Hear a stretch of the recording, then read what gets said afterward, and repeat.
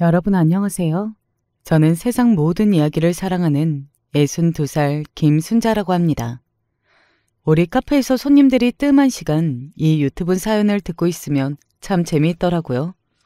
사연 속 주인공들이 다들 어찌 그리 험난하게 사셨는지 가슴 졸여가며 같이 욕도 하고 그 고생 다 버티고 행복을 맞이했을 때는 내 일처럼 기뻐하며 함께 즐거워하죠. 뒤돌아보면 저 또한 모든 것이 단 하루아침에 무너져버린 그런 순간이 있었거든요. 이번만큼은 독자가 아닌 이야기꾼으로 제가 살아왔던 세월을 얘기해드리고 싶어요. 여러분의 소중한 시간 한 귀퉁이 떼어내어 제 사연과 함께 해주시겠어요? 내 고향은 전라도 장성. 대대로 농사를 지어온 가난한 농부 집안에서 태어났어요.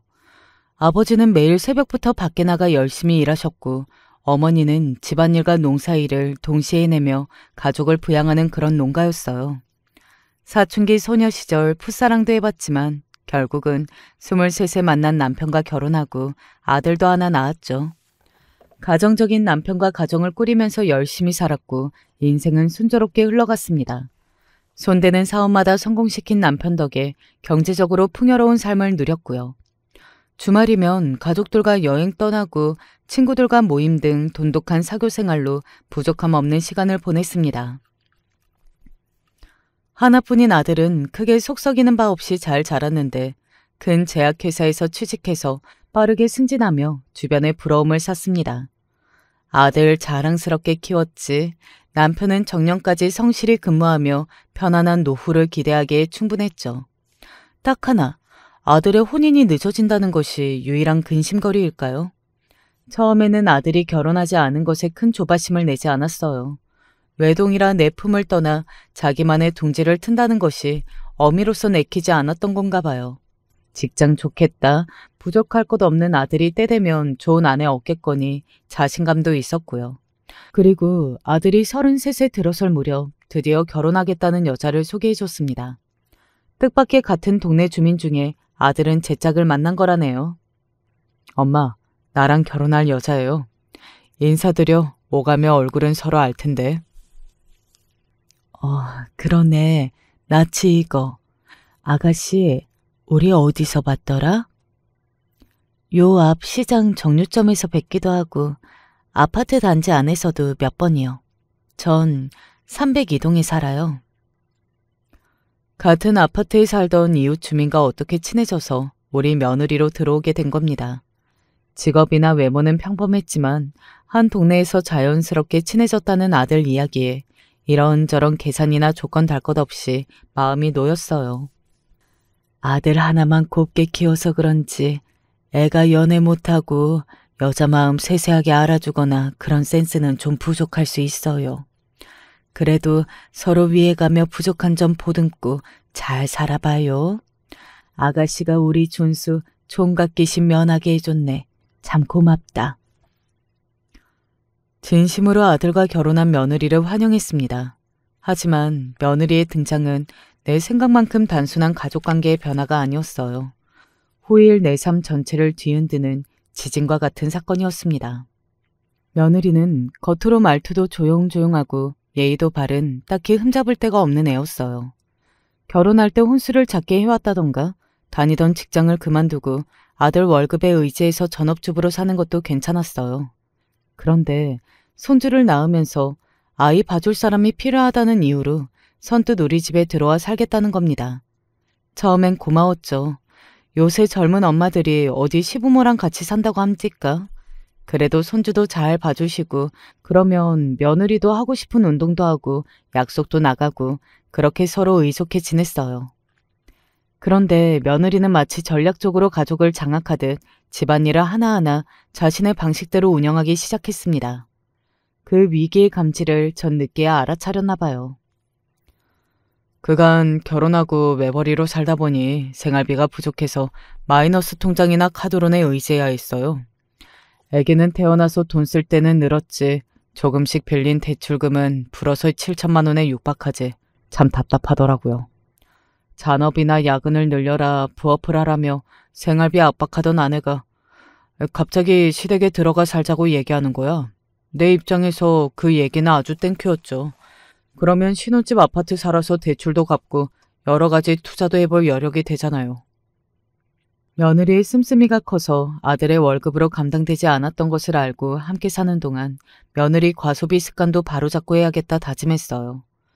자식들은 뭐래도 그래라 좋다 하다가 며느리 돈 쓰는 것부터 살림하는 것에 말을 보태기 시작하니 며느리도 태도가 돌변하더라고요. 작은 일에도 서로 부딪히며 나는 며느리를 꾸짖고 며느리는 지지 않고 말대꾸하며 조금씩 고부관계에 금이 가기 시작했습니다. 어머님은 제 하는 일 하나하나 다 마음에 안 드시나 본데요. 저도 우리 집안의 안주인이에요. 저희 일에 간섭하시는 거 참기 힘듭니다. 내 잔소리가 과하다고 생각했는지 어느 순간 며느리는 딱 잘라 이렇게 말한 이후 내가 뭐라고 해도 귓등으로 듣는 척 않고 냉소적인 미소로 일관했습니다. 내 딴에는 내 집에서 공짜로 지내게 해주고 손주한테 들어가는 분유값부터 병원비, 일체의 비용을 내가 대주는데 이 정도 참견 좀 할 수 있지 않나 섭섭했어요. 그런데 점차 믿고 있던 아들마저 제 아내를 두둔하고 나섰어요. 이럴 줄 알았다면 집에 괜히 들어온 것 같아요. 엄마가 전처럼 아내를 예뻐해 줄 수는 없으세요? 결혼하면 시어머니로 돌변하게 된다더니 나는 우리 엄마가 그러실 줄은 몰랐네요.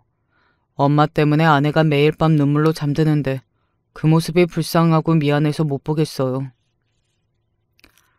내가 며느리에게 크게 뭐라 한 것도 없는데 왜 아들은 걔가 불쌍하다며 감싸는 건지 자꾸 아들과 며느리에게 속상한 마음이 들었지만 그래도 바깥 양반만은 내 편을 들어줬습니다. 걔네 나이만 먹었지 아직 애들이야. 손주 키우다 보면 나중에 부모 마음 알겠지. 그래도 우리랑 같이 살겠다는 마음 하나는 갸륵하지 않소. 당신은 마음이 비단결 같은 사람이니까 며느리도 그냥 눈 감고 봐줘. 들을수록 남편 말이 옳더라고요. 그래, 어른인 내가 마음 넓게 쓰고 살자. 자식들이라도 다 큰 성인인데 간섭 말고 존중해주며 지내야겠다 생각했죠. 그렇지만 시간이 지날수록 며느리는 자신만의 교묘한 언어와 감정 조작으로 아들을 내게서 점점 멀어지게 만들었습니다. 그럴수록 나는 점점 더 소외되는 기분을 느꼈어요. 그런가 하면 나를 향한 근거 없는 동네 소문은 빠르게 퍼져나갔습니다. 아침 시장에서 만난 아주머니들은 서로 귓속말로 이야기를 나누었고 그 소리는 멀리 퍼져 내 귀에까지 들려오고 말았으니까요. 하지만 추워도 집 밖을 새어나갈 만큼 소란스럽게 며느리와 우당탕 싸운 적은 없는데 어떻게 은밀한 이야기가 그렇게 퍼진 건지 이상하면서도 걱정스러웠죠. 오래간 둘이 없이 친하게 지내는 이웃집 김할머니가 하루는 날 찾아와 그랬어요. 우리가 친해도 남의 집 가정사라 이런 얘기 안 하려고 했는데 며느리 단속 똑바로 시켜야겠어. 요즘 며느리들은 정말 부모님을 존중할 줄 모른다. 어찌 그 집 며느리는 동네방네 돌아다니면서 자기 시어머니 욕을 그리 한대? 나야 자기를 잘하니까 안 넘어가지만 남들은 그 허무맹랑한 거짓말에 깜빡 속아 넘어갔다고. 예? 그게 무슨 소리야? 며느리가 나에 대해 무슨 이야기를 하고 다니길래? 아예 아들 월급까지 자기가 가져가고 며느리한테 100원도 마음대로 못 쓰게 했다면서?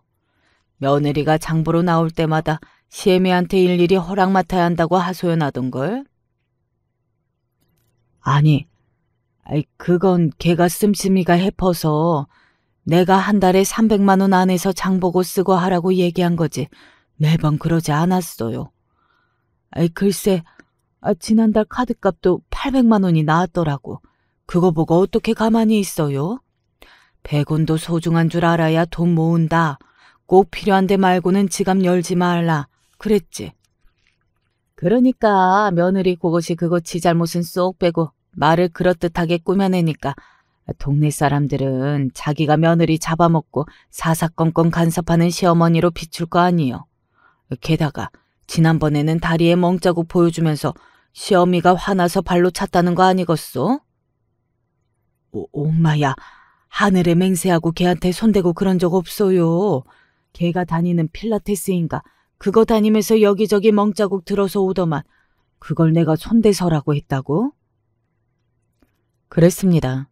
며느리는 나를 폭행까지 일삼는 표독스러운 시어머니로 만들어서 아들과 손주 그리고 동네 사람들까지 그렇게 믿게 만들어 왔던 것이었어요. 수군거리는 사람들 앞에서 나 혼자 내가 아니요 할 수도 없는 노릇이고 억울해서 미칠 지경이었는데 더 큰 불행이 소리 없이 다가왔습니다.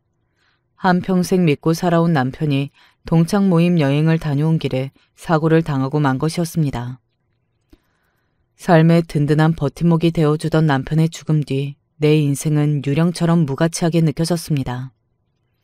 집에서 내 목소리는 점점 작아졌고 같이 사는 아들 내외는 더 이상 정 같지 않고 손님처럼 느껴지고 있죠.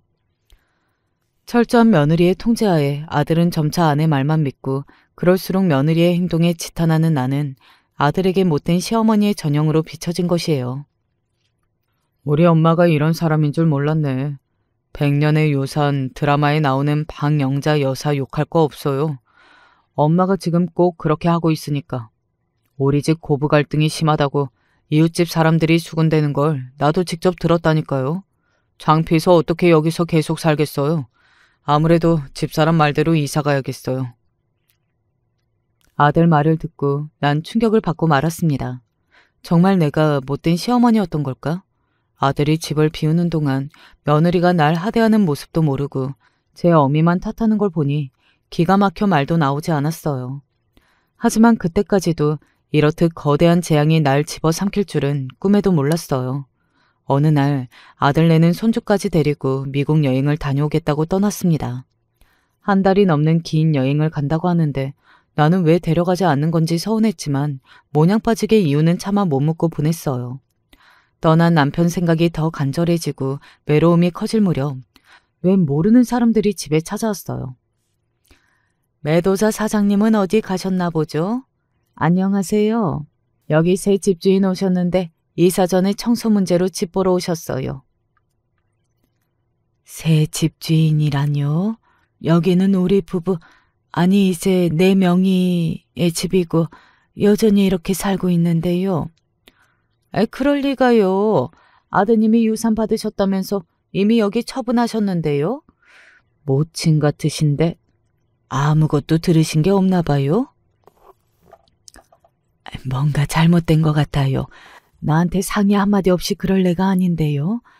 여긴 우리 가족이 오래 살아온 그런 내가 죽어야 떠날 집이라고요.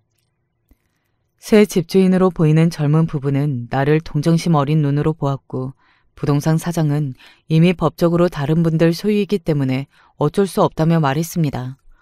자식이 내 허락도 없이 집을 팔아치우다니 미국에 있는 아들 며느리에게 몇 번이나 전화를 걸어도 받질 않았어요. 하지만 미처친 문제를 해결하기도 전에 이건 시작에 불과하다는 듯 많은 일이 바뀌었다는 것을 점차 알 수 있었어요. 카드사에서 내 은행 계좌 잔고가 부족해서 대금을 갚아야 한다는 연락을 받고서 현금을 넣어두었던 계좌가 모두 털렸다는 걸 알게 되었습니다. 그뿐 아니라 금고 속 고이 간직했던 금괴와 채권 등 우리 부부가 읽은 노후 자금 모두가 사라진 것까지 알고 까무라칠 뻔했어요. 고씨 아줌마, 여기 내 방에 누가 드나드는 걸 봤어요? 오래간 우리 집에서 집안일을 도와주던 아줌마는 분명 뭔가 아는 눈치였어요. 하지만 끝내 전혀 모른다며 입을 열지 않았습니다.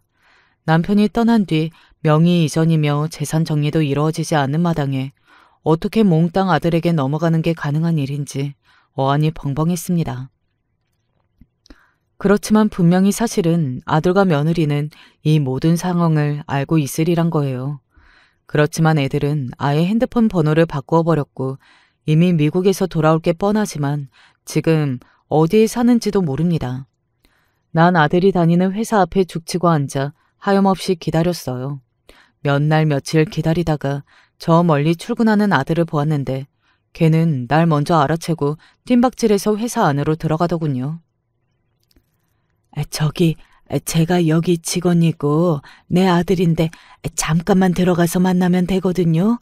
나 좀 들어가게 해줘요. 사정을 해보았지만 회사 정문을 지키는 직원은 절대 안 된다며 날 쫓아냈습니다. 포기하지 않고 다음 날도 그 다음 날도 아들 회사 앞에 죽치고 있는데 며느리가 내 앞에 나타났어요. 너희 도대체 무슨 짓을 벌인 것이냐? 내 재산을 홀라당 가져간 게 너지, 맞지? 여기 아들이 다니는 회사예요. 이런 꼴 보이셔야겠어요? 어머님 때문에 남편이 직장 출근 못하겠다고 해서 제가 대신 왔어요. 어디 조용한 데 가서 말씀 좀 나누시죠. 어차피 나중에 다 저희 주실 재산이었잖아요. 좀 일찍 자식들에게 증여했다고 그렇게 너그럽게 생각해 주세요. 당치도 않는 소리 마. 그건 너희 아버지와 내가 평생을 바쳐 만든 재산이고 내 것이야. 누구 마음대로 자식들에게 다 준다더냐? 간도 크지. 50억에 달하는 돈을 무슨 수로 그렇게 다 빼돌릴 수가 있었어? 제가 어머님 은행이며 금융기관 심부름을 괜히 한 줄 아세요? 그리고 아버님 가신 집에서 떠나자고 이사하자고 남편이 그랬죠? 그걸 핑계로 매도자 인감 증명서나 아파트 등기 권리증도 어머님이 직접 넘겨주셨고요. 이 모든 건 거미줄처럼 세밀하게 제 계획하에 있었고 전 차근차근 어머님 재산을 빼낼 수 있었어요. 그럼 집 금고 비밀 열쇠 등도 다 네가 알고 가져간 거야? 그건요. 남편이 알고 있었더라고요. 청소년기 시절부터 알았다는데 정작 그 속을 열어보지 못한 소심한 사람이죠. 어쩌겠어요. 담대한 일은 내가 맡아서 해야지. 성공할까 싶었는데 마침 아버님이 딱 죽어서 유산이며 그런 과정 속에 일이 수월해졌어요. 하늘이 도운 거죠. 무엇이라, 하늘? 넌 도둑년에 불과해. 저승에 계신 너희 시아버지가 너 이러는 거 알고 가만둘 싶냐? 하늘? 귀신? 그딴 것보다 진짜 무서운 게 뭔지 알아요? 그건 가난이야. 당장 벗어 던지고 싶지만 찰싹 붙어 떨어지지 않는 껌처럼 거지 같은 게 바로 가난이라고. 며느리는 잠시 부들거리며 떨다가 금방 평정심을 되찾고 말했어요. 어쨌든 아예 남도 아니고 자식 손자 잘 먹고 잘 사는데 기증했다는 심정으로 그저 살다 가세요. 이미 게임 끝났어요. 재산이나 명의니 이런 건 명백히 내 손에 넘어왔으니 괜한지 마시고요. 아니, 난 물러설 수 없어. 이래봬도 나 고향에서 세심줄 고집으로 유명했던 사람이야. 내가 반드시 되찾을 거야. 한번 해보시던지요. 비웃음을 머금고 그 애는 떠났어요. 처음 이 상황이 닥쳤을 때 섣불리 믿지 못했습니다. 설마 내 애들이 이럴 수가 있을까 의심스러웠고 가족의 신뢰까지 저버리는 배신을 차마 믿고 싶지 않았습니다. 하지만 며느리를 만나고 나서야 그들의 냉혹한 배신을 체감할 수 있었어요. 내 전 재산, 은행, 통장, 부동산, 투자 자산, 심지어 대대로 내려오던 가족의 유산까지 모두 며느리에게 빼앗긴 것입니다. 하지만 뒤늦게 후회해본들 소용없는 일이었어요. 남 몸 누일 집 한 칸 없고 돈 한 푼 없는 늙은이 신세가 되어버린 뒤니까요. 이 억울함을 풀어야겠다는 일념 하나만으로 변호사를 찾아가서 내 상황을 얘기하고 도와달라 했습니다. 하지만 최 변호사는 어두운 얼굴로 이렇게 말할 뿐이었어요. 상황을 검토해보니 며느리가 이미 법적으로 완벽하게 자기에게 유리하게 만들어 놓았어요. 치밀하게 오래전부터 은행 거래 내역과 부동산 명의 등을 손써서 지금 여사님이 할 수 있는 것이라고는 이건 승산 없는 게임과 같아요. 10년 넘게 믿고 일을 맡겼던 최 변호사마저 포기하라는 말에 앞으로 어떻게 살아갈 것인가에 대한 두려움과 분노가 가슴을 짓눌렀습니다. 내게 남은 것이라고는 몸뚱이 하나뿐, 한순간에 무너져버린 폐허 같은 인생. 한때 저를 따르던 지인들은 내 상황을 알고 단번에 무관심한 태도로 돌변해버렸습니다. 재산을 잃은 것만큼 가족과 사람들을 잃은 것은 마치 칼로 심장을 찌르는 것만큼 고통스러웠습니다. 이런 나에게 살 길을 열어준 건 다름 아닌 김할머니였습니다. 김할머니 여동생이 하는 식당에서 종업원으로 자고 먹을 수 있게 날 소개해 주었죠. 늙고 초라한 모습으로 전락해버렸지만 매일 밤 과거를 되새기며 복수를 다짐했습니다. 하지만 마음과 달리 현실은 그저 허공에 발길질하는 것일 뿐 식당에서 종일 일하다 집에 돌아가 피곤함을 이기지 못하고 잠드는 일상뿐이었습니다. 내 가족과 내 재산, 그리고 내가 누리던 안락한 삶을 되찾아오겠다는 일념이 점점 퇴색하는 걸 느끼며 깊은 좌절감에 빠졌죠. 세상에는 혼자 힘으로 모든 것을 해결할 수 없는 순간들이 있습니다. 특히 복수라는 험난한 길을 걸어갈 때는 더욱 그러하더군요. 내 처지를 깊이 생각하면서 마음속으로 도와줄 사람을 찾아야 한다는 절실함을 느끼고 있었습니다. 식당은 점심시간이면 늘 바쁜 직장인들의 웃음소리와 식기소리가 식당 안을 가득 메웁니다. 그런 여느 날과 다름없는 시간, 식당 문이 열리면서 어쩐지 익숙한 향기가 코끝을 스쳤습니다. 이건 맡아봤던 아카시아 꽃향기야. 순간 시간이 멈춘 듯한 느낌이 들었습니다. 식당에 들어선 한 남자를 보고 제 심장은 미친 듯이 뛰기 시작했습니다.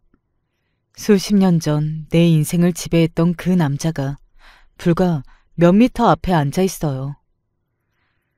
그는 바로 첫사랑, 오재호. 그를 떠올리면 코끝에 달큰한 아카시아 꽃향기가 늘 맴돌았죠. 전라도 작은 시골 마을에서 동네 애들이랑 몰려다니며 과실나무를 찾아다녀 따먹던 재미가 세상 다인 줄 알았던 시절을 기억합니다. 우리 동네는 고만고만한 시골집이 대부분인데 눈에 띄는 대골 같은 한옥집이 하나 있었어요. 조선시대부터 정승하던 양반 가문의 소유라고 엄마한테 들었는데 거기 사는 사람들은 몇 번 바뀌더니 내가 12살 되던 해에 또 새로운 가족이 이사 왔더라고요. 눈동자가 까맣고 강렬한 눈빛에 다부진 입을 한 잘생긴 남자애가 그 집 대문에서 나왔어요. 너 여기 땡땡 중학교가 어디 있는지 아니? 거기는 걸어서 한참인디. 버스 타고 여섯정거장은 가야 하는 먼 길인디. 상관없어. 네가 좀 안내해 줄래? 그냥 완자님처럼 기티가 흐르는 그 남자애가 가자고 하니까 나도 모르게 앞장서서 중학교까지 같이 갔죠. 가면서 얘기를 나누다 보니 그 아이는 실은 중학생 오빠였고 서울에서 막 이사 왔는데 배정받은 중학교 가는 길을 나한테 물었던 거래요. 첫 만남에 그렇게 길만 알려주고 집까지 다른박질하면서 내 가슴은 진정되지 않았어요. 뛰어서 일어나. 왜 자꾸만 가슴이 방망이질 치는겨? 이날부터 오빠 등교하는 시간에 맞춰 나와 근처 나무에 숨어서 중학교 교복 입은 오빠를 먼 발치에서 매일 봤어요. 처음 느끼는 감정은 나에게 낯설고 서툰 것이라 그저 혼자만의 사랑으로 가슴에 품고 있었죠. 하지만 40년이 넘는 시간이 회개한 과거 속에서 그도 나를 기억하고 있을까? 손에 든 쟁반은 점차 떨리기 시작했고 이윽고 그가 고개를 돌리더니 저를 바라보았습니다. 잠시 동안 우리의 눈이 마주쳤고 그 역시 눈동자에 작은 놀라움이 스쳤습니다. 너 순자 맞지? 광주에 살던 그 순자. 아닌데 처음 만난 건 장성인데. 한마디 중얼거렸지만 동시에 내 마음속에는 분노와 배신감, 수많은 감정이 소용돌이쳤어요. 그는 날 만난 게 믿겨지지 않는다는 듯 다가왔지만 난 모르는 사람처럼 차갑게 국밥그릇을 내려놓고 돌아서 버렸어요. 봄날 아카시아 꽃향기 같은 추억마저도 배신과 상처로 얼룩져 있던 과거가 떠올랐죠. 중3 무렵 그와 가까워질 생각에 신앙심 깊은 오빠가 다니던 교회를 저도 나가기 시작했죠. 청소년 찬양 모임에서 우리는 점차 가까워지다가 내가 고등학교에 올라가면서부터 오빠와 사귀게 되었어요. 남몰래 사랑의 눈빛을 주고받고 편지로 서로의 감정을 표현하며 몰래 연애했어요. 비밀 연애지만 나만은 오빠와 사랑하는 사이라는 걸 친한 친구에게만 살짝 알렸죠. 하루는 교회에 있는데 이 사실을 아는 친구가 재호 오빠에게 넌지시 물었어요. 오빠는 이상형이 어떻게 되어요? 우리 순자 같은 여자는 어때요? 이상형은 무슨? 난 공부 말고 여자한테는 관심 없어. 순자에게는 더더욱. 내심 나에 대한 마음을 은근히 밝혀주길 바랬는데 냉담하게 돌아온 오빠의 답에 상처를 입었습니다. 그 일뿐 아니라 바쁜 고3이 되면서 오빠는 점차 나와의 만남을 피하는 것 같았어요. 서울대 법대를 목표로 하는 수재였던 오빠가 학업에 전념한다는 이유로 교회도 나오지 않고 나와의 편지도 두절했어요. 사랑하는 남자가 멀어지는 걸 서서히 느끼며 아파 몸부림쳤지만 어쩔 수는 없었죠. 몇 달이 지나 한방눈 훨훨 나리는 겨울, 논두렁을 지나다가 우연히 재호 오빠를 마주쳤어요. 서로 눈빛을 마주쳤지만 난 표정을 숨기고 얼른 지나가려는데 오빠가 날 붙잡았습니다.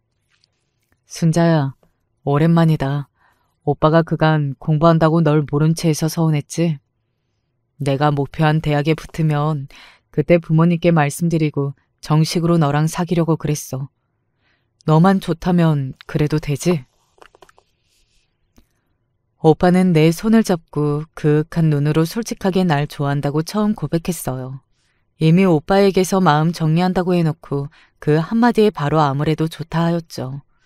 이후 꺼져가는 듯한 우리의 애정은 다시 활활 타올랐고 마음은 깊어만 갔어요.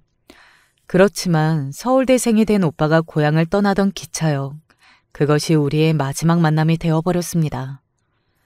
오빠 먼저 대학 가고 나도 같이 서울로 가서 어디를 함께 가고 무엇을 할지 세웠던 우리의 계획은 그저 바람결에 흩날려 흔적조차 없어졌어요. 부모님이나 동네 사람들은 우리가 사랑했다는 사실을 끝까지 모른 채 오직 나에게 버려진 유적처럼 기억만 남은 거죠. 오빠가 알려준 서울 하숙집 주소로 매일 편지를 써보냈지만 돌아오는 편지는 한 통도 없었어요. 그것이 오빠의 이별 통보 방법임을 받아들인 건 그가 떠나고 한 해가 지나서였습니다. 오빠가 날 갖고 논 것이요. 오빠한테 나는 그저 팔푼이처럼 지 따라다니던 고향 동생일 뿐이었던 게지. 세월이 지나서 서울대 졸업하고 40패스에서 검사가 됐다더라. 대단한 집 외동딸한테 장가 갔다더라. 동네에서 자랑에 맞지 않는 제 오빠가 어찌 산다는 소식은 고향에서 들을 수 있었어요. 나도 좋은 남편 만나 시집가서 오빠 있고 잘 살아왔다고 자부했는데 하지만 지금의 나는 끝까지 그를 못 본 척하고 오빠가 식당 나가는 뒷모습만 물끄러미 보며 되뇌었습니다. 그래, 이게 맞는 것이요. 이렇게 초라한 모습의 나를 보이느니 지금처럼 모르는 사람으로 사는 게 맞는 거지. 첫사랑을 만난 것도 다 잊기로 하고 평소처럼 아침 식당 문을 열렸는데 누가 뒤에서 불렀어요. 순자야, 너를 기다리고 있었어. 젊은 시절의 풋풋했던 모습은 사라지고 이제는 권위 있는 직업을 가진 성숙한 남자로 변모한 채 첫사랑은 다시 내 앞에 나타났습니다. 내가 많이 원망스럽겠지. 하지만 비하지만은 말아줘. 과거 내가 너한테 못된 놈이었지만 그래도 우리에겐 할 얘기가 남아있지 않니? 오빠한테 할 얘기 하나도 없어요. 지난 사랑 얘기나 할 만큼 지금 내가 여유 있는 사람도 아니고. 그래, 그럼 과거 얘기 말고 순자의 앞날에 대한 이야기는 어떻겠니? 어제 식당 사장한테 들었어. 가족에게 배신당하고 네가 곤란한 지경에 처해 있다고. 잠시만 날 이용해서 네가 잃은 모든 것을 되찾을 수 있다면 그럼 어떻겠니? 새벽 냉기가 가시지 않는 식당에 테이블 하나 두고 앉아 긴 세월 서로의 이야기를 들어봤습니다. 숨겨왔던 감정들, 서로를 향한 미움과 아픔, 그리고 아직도 남아있는 애정 등 하나씩 꺼내는 시간을 보냈죠. 때로는 눈물을 흘리고 때로는 침묵 속에서, 하지만 최대한 오빠를 이해하려 노력했습니다. 우리는 20살 남짓의 철없던 시절 지나 지천명을 넘긴 성숙한 인간으로 마주하고 있으니까요. 고향서 오빠 소식은 들었어요. 끝발 날리는 검사님이 되셨고 좋은 집안 처자와 결혼해서 아주 잘 먹고 잘 산다고. 검사라 해도 별거 없다. 다 사람 사는 게 거기서 거기지. 여러 지방 검찰청을 거치며 내 꿈대로 사회 정의를 실현하는 데 열정을 쏟았다는 점 하나 빼고는. 나 역시 순자 네가 좋은 남자 만나 시집가서 잘 산다고 돈도 많이 벌었다대. 미안하고 씁쓸하면서 늘 한켠에서 네가 궁금했다. 난 지금 혼자 지내. 집사람은 몇 년 전 암으로 세상을 떠나고 하나뿐인 딸도 출가해서. 그렇군요. 사장님한테 내 얘기를 어디까지 들었는지 몰라도 난 자식에게 버림받고 재산 다 날리고 이래 살고 있어요. 나는 말년복 없는 년이고 그 정도면 오빠 팔자는 양반이죠. 어릴 때 내가 너에게 잘못한 게 많았지. 그 모든 걸 만회할 기회를 오빠한테 주면 좋겠다. 현직 검사로 있는 내가 널 도울 수 있어 다행이라는 생각까지 드는걸. 널 이렇게 만든 사람이 누군지 알고 있는 모든 것을 나에게 털어놔봐. 며느리에게 당한 일들을 담담히 듣던 그의 눈빛에는 불의와 타협할 수 없다는 강력한 신념으로 불타오르는 것을 느낄 수 있었죠. 바로 지금 검사인 첫사랑을 만나게 된 것 또한 남편의 도움이자 하늘의 뜻이라는 생각이 들었어요. 좋아, 이 정보로 권지연이라는 여자를 봐보도록 하지. 조만간 내 사무관이 너한테 연락할 거야.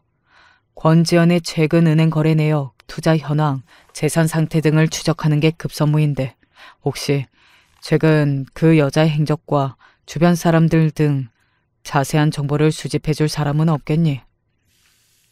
사실 내가 그런 노력을 하지 않았던 것은 아닙니다. 최 변호사마저 등을 돌린 뒤 오랜 지인 친구들 중에서 날 도와줄 사람을 찾았죠. 하지만 대부분은 자신의 삶에만 관심을 둘 뿐 내 복수 계획을 진지하게 받아들이지 않았습니다. 때로는 그들의 무관심한 태도에 좌절감을 느끼기도 했었죠. 우리 집 일을 오래 맡아준 고씨 아줌마라고 있어요. 지금도 며느리네 집에서 일하고 있다고 해서 그녀에게 도와달라고 찾아간 적이 있죠. 누구보다 이 일에 필요한 사람이고 내 처지를 이해해줄 단 한 사람이라고 믿었거든요. 하지만 내 부탁을 그 아줌마는 바로 거절했어요. 아픈 자식이 있어서 자기는 돈이 필요하다고, 밥줄이 달려있는데 며느리를 배신할 수 없다고 말이죠.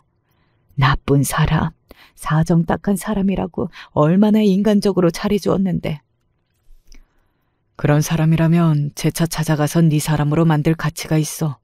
진짜로 이 불행 속에서 스스로 일어서고자 하는 의지가 너에게 있다면 말이지. 오 검사님 말대로 복수는 혼자의 힘으로 이뤄낼 수 없는 복잡한 전략이었습니다. 그래서 나는 다시 한번 고씨 아줌마를 찾아가기로 마음먹었습니다. 그녀를 만나 조심스럽게 도움의 손길을 내밀자 아줌마의 반응은 몇 달 전과 사뭇 달랐습니다. 지난번에 도와달라고 하셨는데 그때는 내 앞길만 생각하느라 거절하고 사모님한테 미안했어요. 이제 월급이 중요한 게 아니고 그 며느리 밑에서 더는 못 살겠어요. 불리하면 우리 아픈 아들 들먹이면서 내가 다른 데 못 갈 거 알고 더 막대하고 있죠. 말씀해 보셔요. 내가 도울 수 있는 일은 뭐든 해볼게요. 나도 이제 혼자가 아니라는 희망을 느끼기 시작했습니다. 고씨 아줌마에게 며느리의 하루 일과표, 자주 만나는 사람, 그리고 귀중품을 어디에 두는지 등의 세세한 관찰과 증거 수집을 부탁했어요. 오 검사님과 고씨 아줌마라는 든든한 조력자를 얻고서 나 역시 전보다 철저히 며느리의 비밀을 조사하려 했습니다. 이 나이 먹고 페이스북이나 인스타그램을 가입해서 며느리의 계정을 알아내고 매일 수시로 들여다봤어요. 의외로 소셜미디어에서 얻은 단서들을 통해 며느리의 일상적인 동선, 주요 인간관계, 그리고 숨겨진 인맥까지 하나씩 수첩에 정리해 나갔습니다. 매일 오 검사님에게 내가 얻은 정보와 고씨 아줌마에게서 얻은 관찰 기록을 넘겼습니다. 검사님은 내가 가져다주는 정보가 치밀하고 꼼꼼하다며 놀라워했어요. 그도 그럴 것이 며느리가 아침에 일어나서 어디부터 가는지, 어떤 카페를 가고 어떤 사람들과 어울리는지 세세한 동선과 인맥에 이르는 정보 모두를 일목요연하게 정리해서 주었거든요. 오랜 세월 참아왔던 분노와 상처가 이제 복수로 실현될 막바지로 치닫고 있었습니다. 며느리가 자신을 얼마나 이용하고 속였는지 그 애의 실체가 어떤지를 모두에게 보여주고 싶었습니다. 하지만 복수의 계획이 순조롭게 진행되던 찰나 예상치 않은 상황이 발생했습니다. 내가 일하는 식당에 며느리가 직접 찾아온 것이에요. 냉소적인 미소를 지으며 식당에 들어온 그 요망한 것은 똑바로 나를 쳐다보고 있었어요. 혹시 내 복수를 알아채고 온 건가?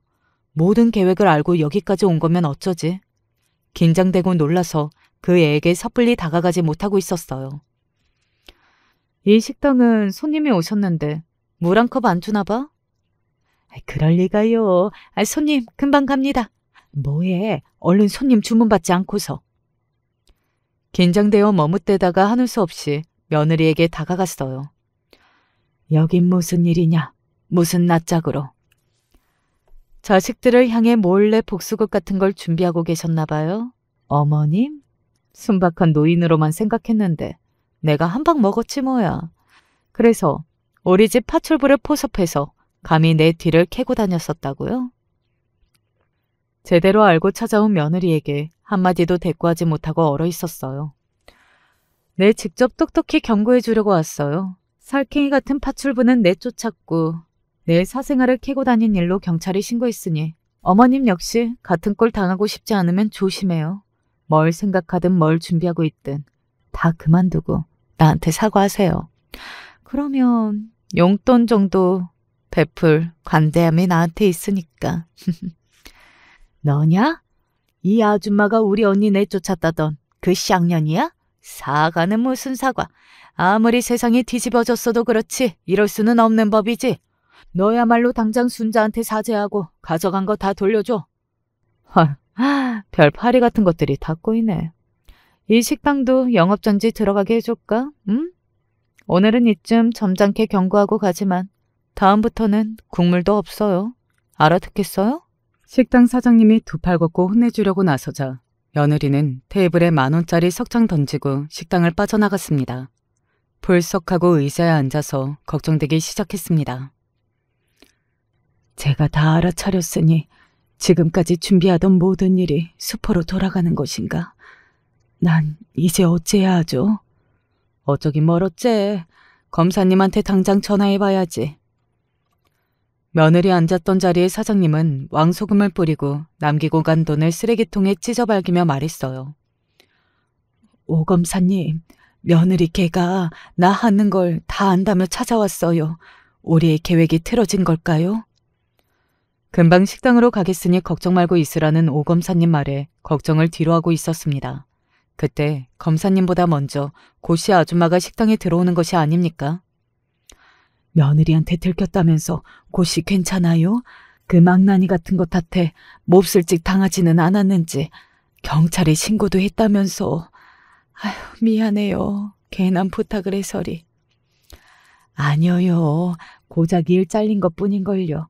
차라리 잘 됐어요. 더럽고 치사해서 진작 그만두고 다른 집 가야지 싶었거든요. 그보다 이제 더 이상 사모님 도와드리기 어렵겠네요. 하지만 걱정 마세요.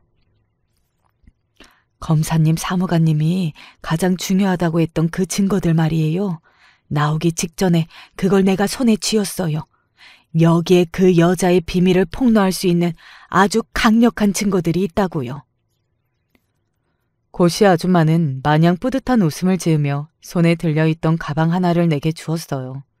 아줌마에게 얼마나 고맙던지 이 은혜를 어떻게 갚아야 할지 연신 마음을 표했고 그녀는 괜찮다며 좋은 소식 기다린다며 떠났죠. 이윽고 식당을 찾은 오 검사님에게 고씨 아줌마가 건네준 서류와 전자기기 장치 등을 전해주자 검사님은 그걸 보자마자 한박 웃음을 지었어요. 모든 준비는 마쳤어. 이날을 위해 참아온 너의 시간을 잊지 말고 이제 죗값을 치르게 만들자. 네, 그런데 왠지 두렵네요. 괜찮아. 여기 오 검사가 끝까지 너를 위해 싸울 테니까. 이제 남은 일은 권지영 그년의 완벽한 가면이 무너지고 나락으로 가는 것뿐입니다. 며칠 뒤 며느리가 검찰에 소환되어 조사받고 있다는 소식을 들었습니다. 나도 검찰청에 몇 번 불려가서 피해자 조사를 받았고요.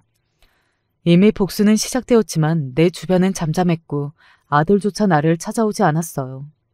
어떻게 진행되고 있는지 상황이 궁금했는데 이런 내 마음을 알아챈 듯 오 검사님은 매일 전화해서 중간 상황에 대한 이야기를 들려주었습니다.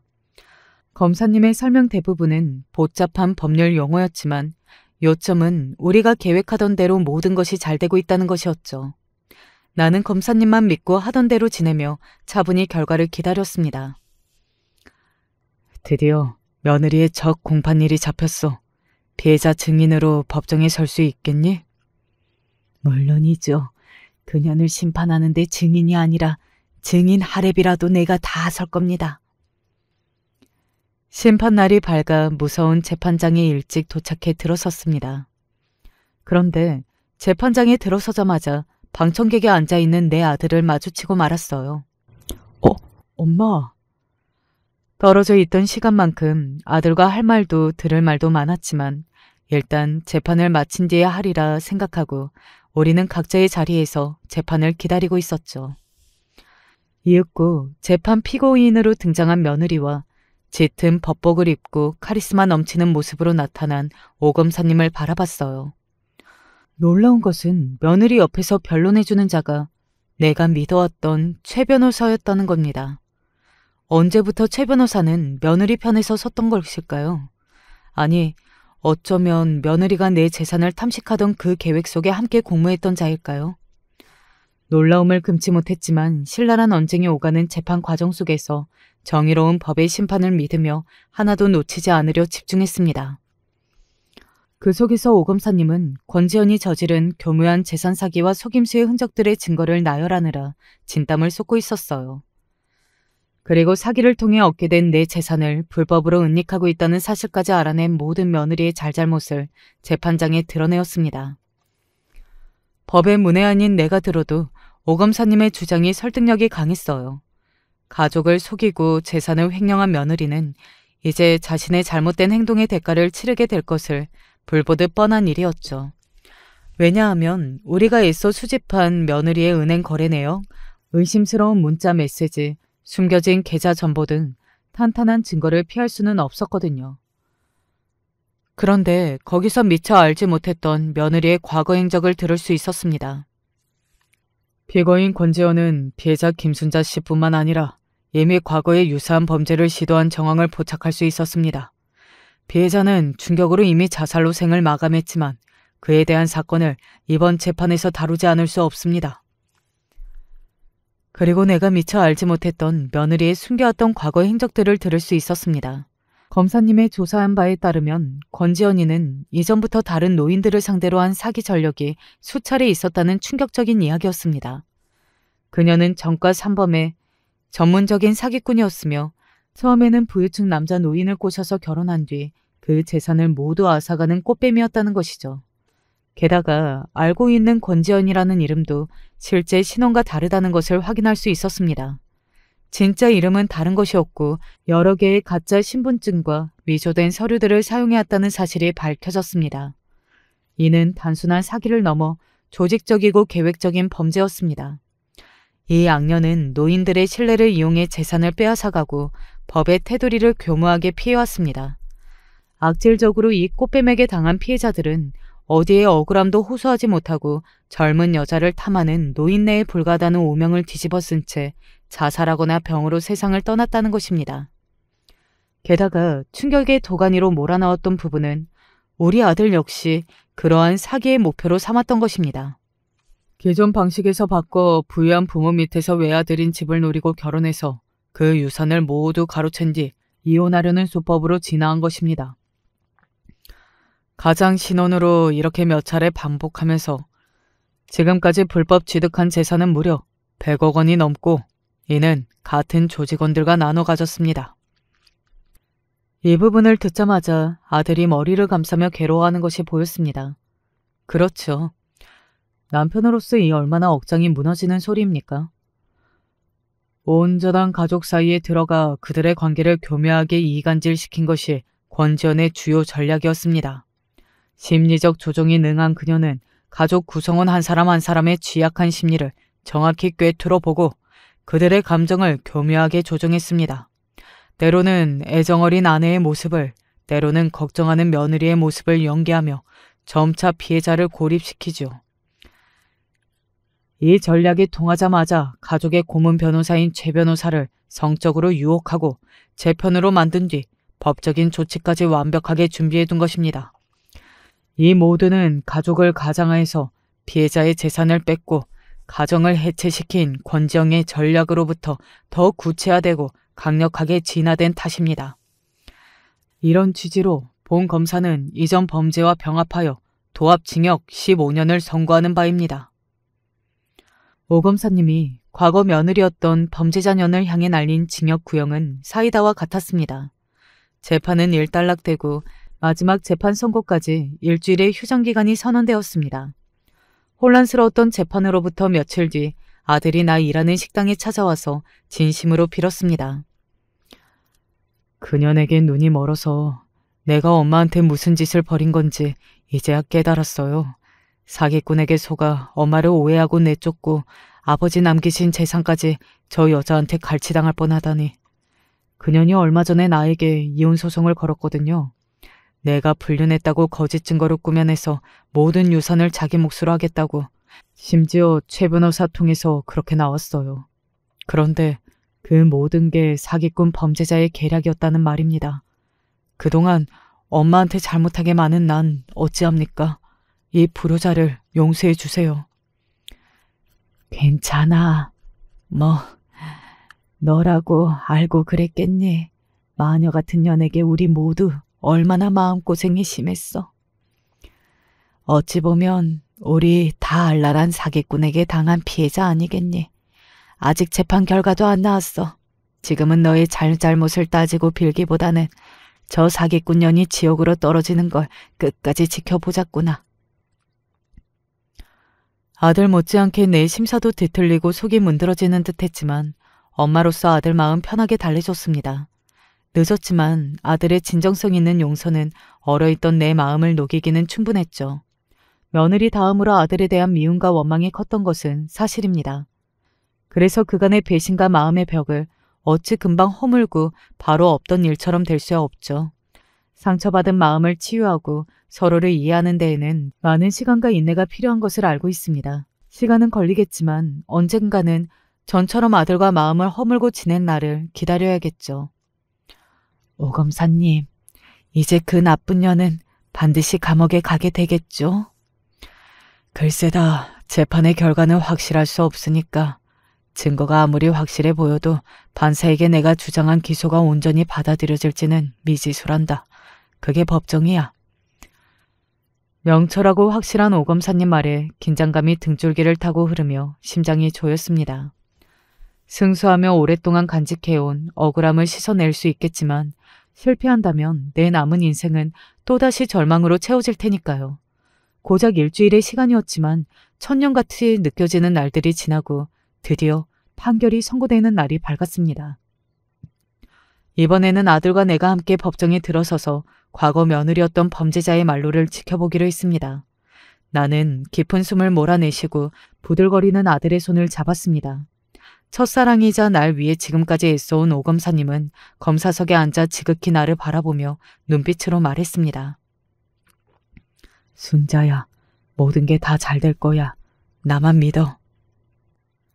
이윽고 판사가 재판정에 들어섰고 최종 결말이 눈앞에 다가왔습니다.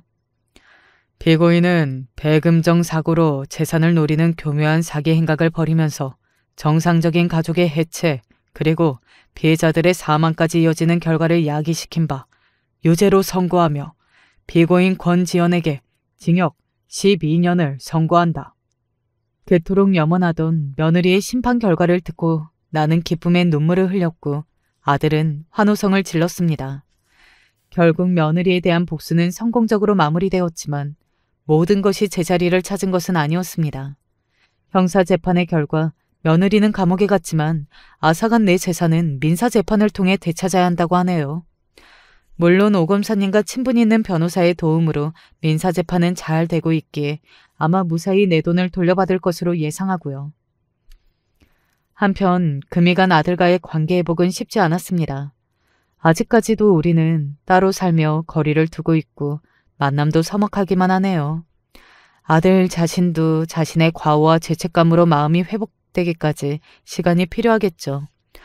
나 역시 아들을 온전히 용서하고 전처럼 같이 살기까지는 좀 걸릴 테고요. 복수가 끝나고 나는 오랜 시간 고민했습니다. 내 남은 인생을 위해 무엇을 하면 좋을까? 고단했던 식당 생활의 경험을 바탕으로 카페라는 공간에서 꿈을 실현하고자 했습니다. 큰 힘이 되어준 고씨 아줌마에게 부탁해서 종업원이 아닌 동등함 동업자로 함께 지금 잘 카페로 운영하고 있습니다. 그럼 복수극의 1등 공신 오검사님과는 어떻게 지내느냐 궁금해하신다면서요? 그분은 여전히 검찰청에서 최선을 다해 직분을 다하고 있습니다. 정년까지 몇 년 남았지만 그 남은 동안 해오던 대로 검사로서의 삶을 치열하게 살 것 같아요.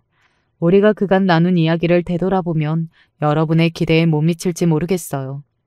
뒤늦게 첫사랑의 꽃을 피운다던가 남녀로서 진도를 나갔다던가 뭐 그런 것은 없었습니다. 난 남편을 보낸 지 3년밖에 안 된 미망인으로 아직 남편에 대한 의리를 지키고 싶거든요.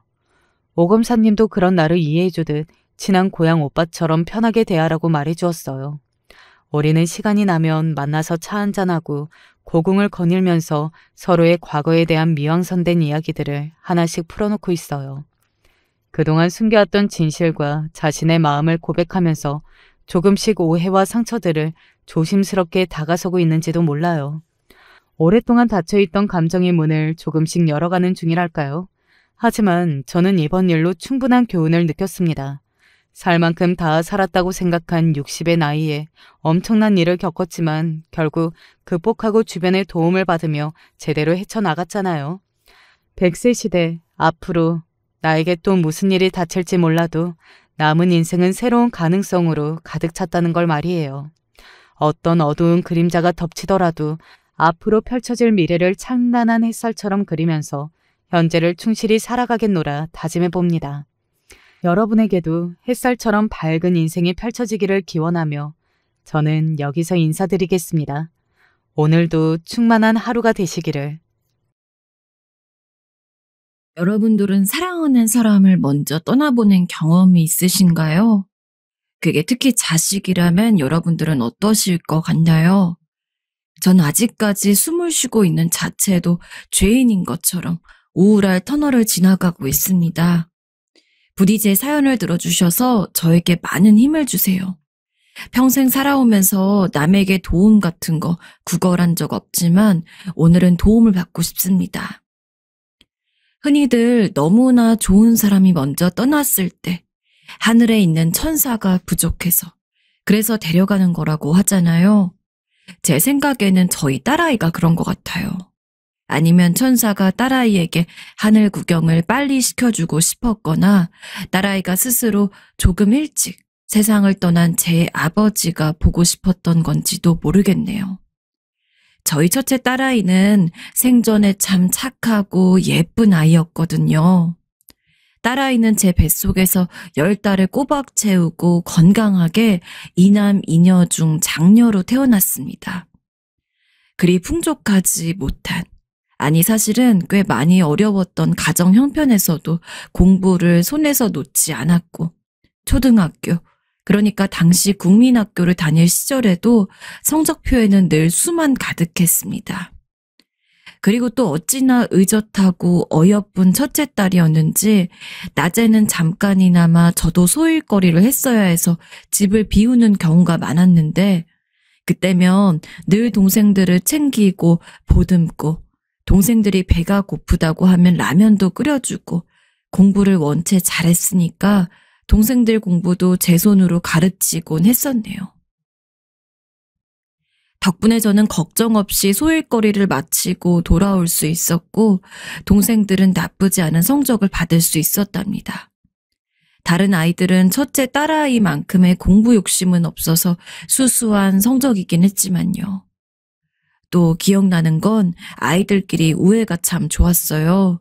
특히 딸아이와 막내의 관계가 참 좋았죠.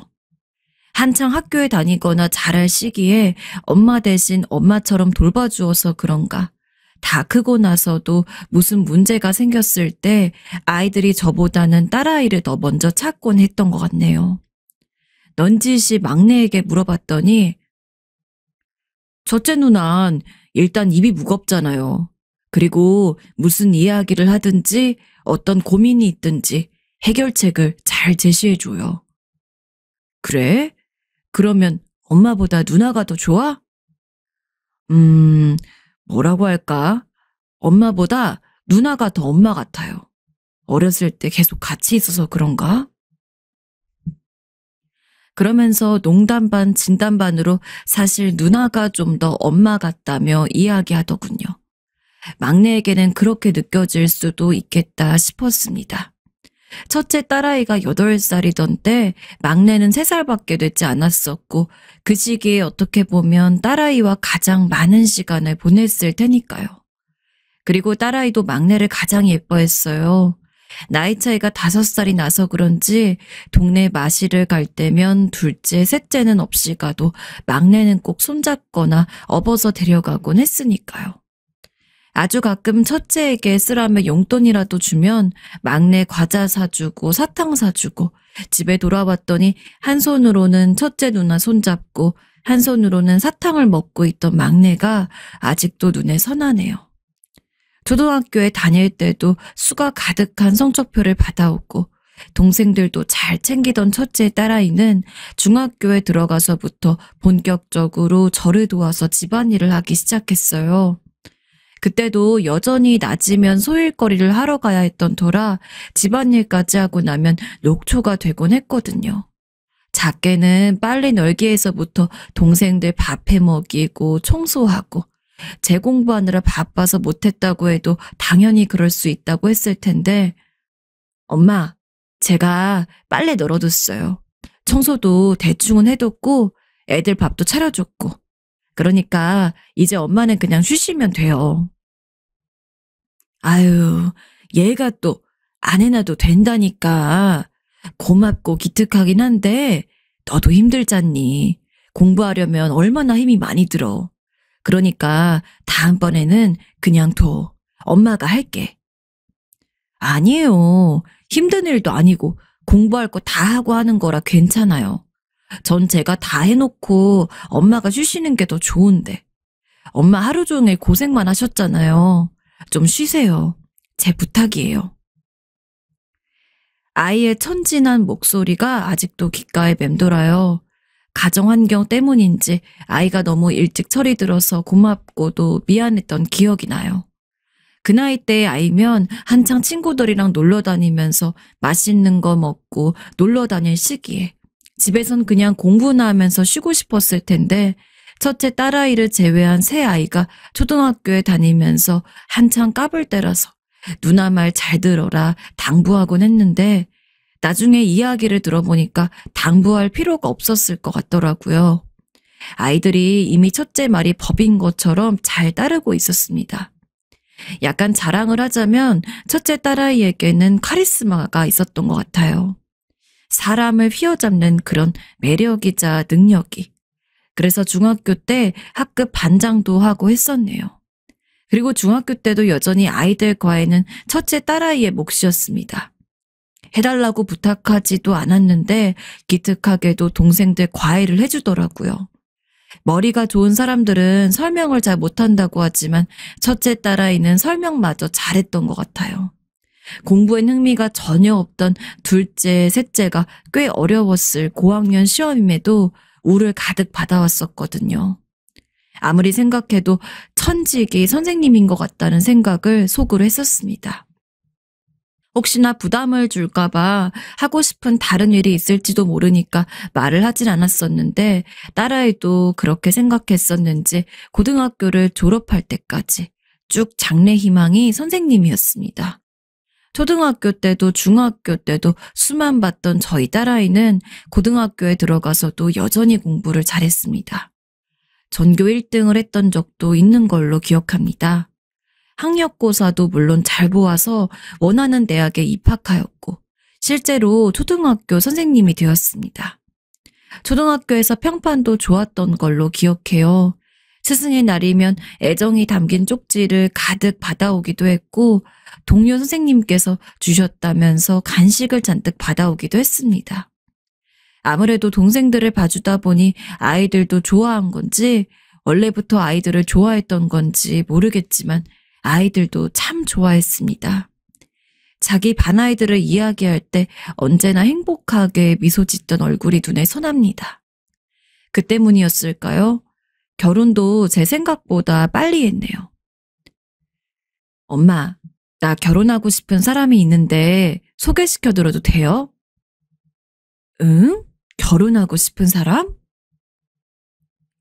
빨리 결혼해서 가정을 꾸리고 아이를 가지고 싶다며 처음부터 계속 딸아이, 딸아이 했지만 사실 아이라고 하기에는 많이 커버려서 다른 사람이 듣기에는 어색하게 들리겠지만 어쩌겠나요?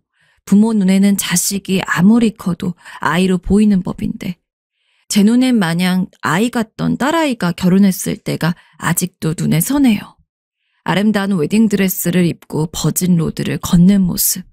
자기 남편의 손을 잡고 걸어가던 모습, 누구보다도 행복하게 웃던 모습. 저 역시도 딸아이가 나아갈 앞날을 축복하면서 어떻게 그렇게 조그마했던 어린아이가 언제 이렇게 자라서 결혼을 했는지 감회에 잠겨 시간 가는 줄도 몰랐던 기억이 나네요. 그때는 딸아이가 평생을 함께하고 싶다고 결심하게 한 남자고 겉모습도 직업도 마냥 반듯하기만 해서 우리 딸을 참 행복하게 해줄 수 있을 것 같다면서 단번에 허락했었는데 지금 생각해보면 그러질 말았어야 했네요. 안녕하세요. 지영이한테 이야기 많이 들었습니다. 장성준이라고 합니다. 아, 그래요. 어서 와요. 오느라 고생했어요.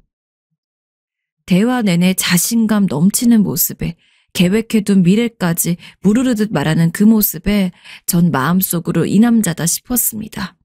사이로서 괜찮겠다 싶었어요. 무엇보다 저 지영이 정말 손에 물 한 방울 안 묻히고 평생 행복하게 해줄 자신 있습니다. 저 믿어주세요. 그래요. 내가 다른 건 몰라도 사람 인상 하나는 잘 보는데 정말 그럴 것 같네. 우리 딸 정말 예쁘고 착한 아이예요. 잘해줘요. 첫 만남. 그날의 분위기는 참 화기애애하고 좋았습니다. 하지만 사업가라는 반듯한 겉모습 속에 딸아이를 눈물 짓게 하고 아프게 할 모습이 숨겨져 있다는 걸 그때는 왜 몰랐을까요?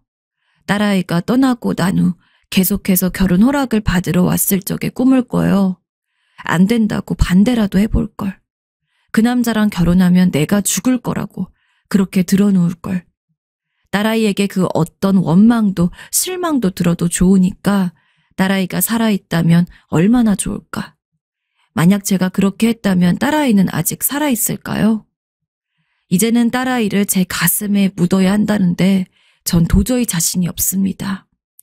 어떻게 자식을 그렇게 보내놓고 가슴에 딸아이의 무덤을 파서 묻을 수가 있겠어요. 이렇게 마음이 찢어지도록 아픈데 전 설령 제 가슴이 딸아이의 기억 대신 썩어 문드러진데도 그렇게 못해요. 그렇게는.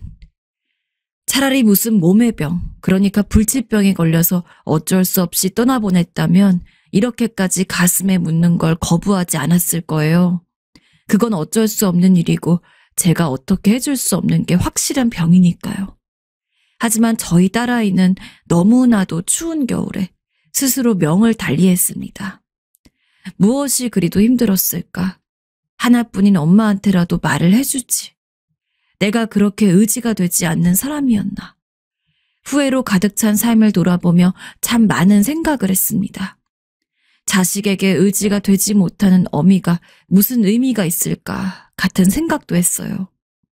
장례식을 치르는 내내 넋을 놓고 딸아이의 영정사진만을 바라보고 있는데 사위가 평소에 딸아이가 우울증과 망상장애를 앓고 있었다며 어머님께는 말씀드리지 말라고 해서 말씀을 드리지 못했다. 제가 잘 챙겼어야 하는데 죄송하다 사과하는데 본인도 힘들 텐데 저를 위로하는 모습을 보며 많은 힘을 얻었습니다. 망상장애가 있었다고? 우리 애가? 네, 장모님. 저도 진작에 말씀드리고 상의를 했어야 하는데 정말 죄송합니다. 말도 안 돼.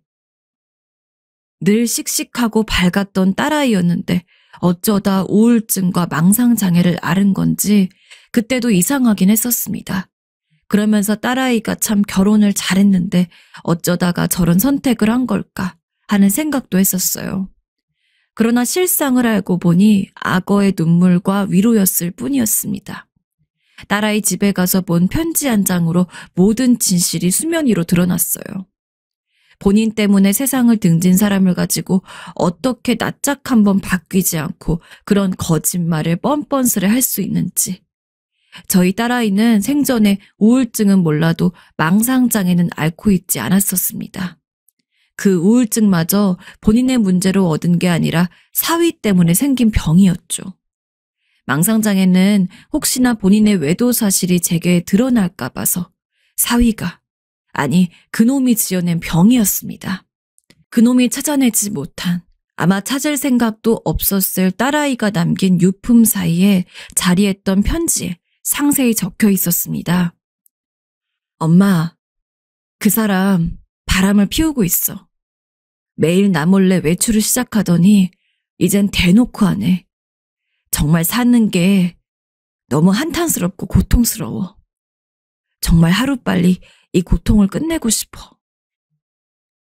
그놈이 바람을 피운다고 했을 때 도대체 딸아이는 어떤 심정이었는지, 그놈이 외도한다는 사실을 알고는 백방으로 수소문하며 어떤 노력을 했는지, 이런 선택을 하게 되어서 가족에게 많이 미안하고 특히 막내와 엄마에게 미안하다고 쓰여 있더군요. 그런 문장들을 가만히 읽고 나니까 분노와 함께 미처 흘리지 못한 눈물이 솟았습니다.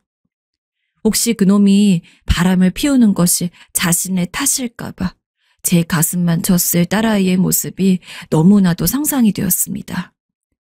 그리고 이 유서를 적으면서 얼마나 아팠을지 느껴져서요. 그냥 그놈이 모든 것을 잘못했을 뿐인데 그렇게 하염없이 눈물만 흘리기를 며칠인지 모르겠어요. 상간녀에 대한 것도 분명 적혀 있었지만 찾아가 볼 생각도 못했네요. 찾아간다고 해서 이제 와서 머리채를 잡고 흔든다고 해서 죽은 딸아이가 살아서 돌아오는 게 아니기에 그저 제가 할 수 있는 건 하루 내내 멍청이 있는 것뿐이었습니다. 그렇게 넋이 나간 채로 하루하루를 보내며 딸아이의 유품을 집으로 가져오기만 하고 한참을 두다 보니 막내 녀석이 이대로 두면 되겠느냐며 제가 유품 정리하는 걸 돕겠다고 나섰습니다. 장례식 때 가장 많이 울었던 녀석이 제 속도 말이 아닐 텐데 그렇게 앞서서 씩씩한 척하며 유품을 정리하던 막내가 첫째 딸아이의 유서를 발견한 건 당연한 일이었겠죠. 막내는 첫째 누나의 마지막 심경이 담긴 편지를 내내 굳은 표정으로 읽더니 편지를 쥐고는 집 밖으로 뛰쳐나갔습니다. 행선지는 그놈에게였겠죠. 상간녀에게 찾아가봤자 할 말도 없을 거고 직접적으로 연관된 사람은 그놈이었으니까요. 장례식 내내 뻔뻔하게 굴었던 것을 기억한 걸지도 모르겠네요. 사실 막내를 말리려면 얼마든지 말릴 수 있었겠지만 그러고 싶지가 않았네요. 마음 같아서는 제가 조금만 더 기운이 있었다면 그놈에게 달려가는 건 막내가 아닌 저였을 테니까요. 막내 소식이 들린 것은 경찰서에서 연락이 와서였습니다. 그놈 집으로 가는 길에 그놈을 만난 막내가 길가에서 그놈을 거의 죽기 직전까지 때렸다더군요. 길을 가던 주변 사람의 신고로 입건되었다고 합니다. 거기까지 듣는데 조금 의아했습니다. 저희 막내가 사람 이야기를 들어보지 않고 무작정 주먹부터 들이미는 그런 사람은 아니었거든요.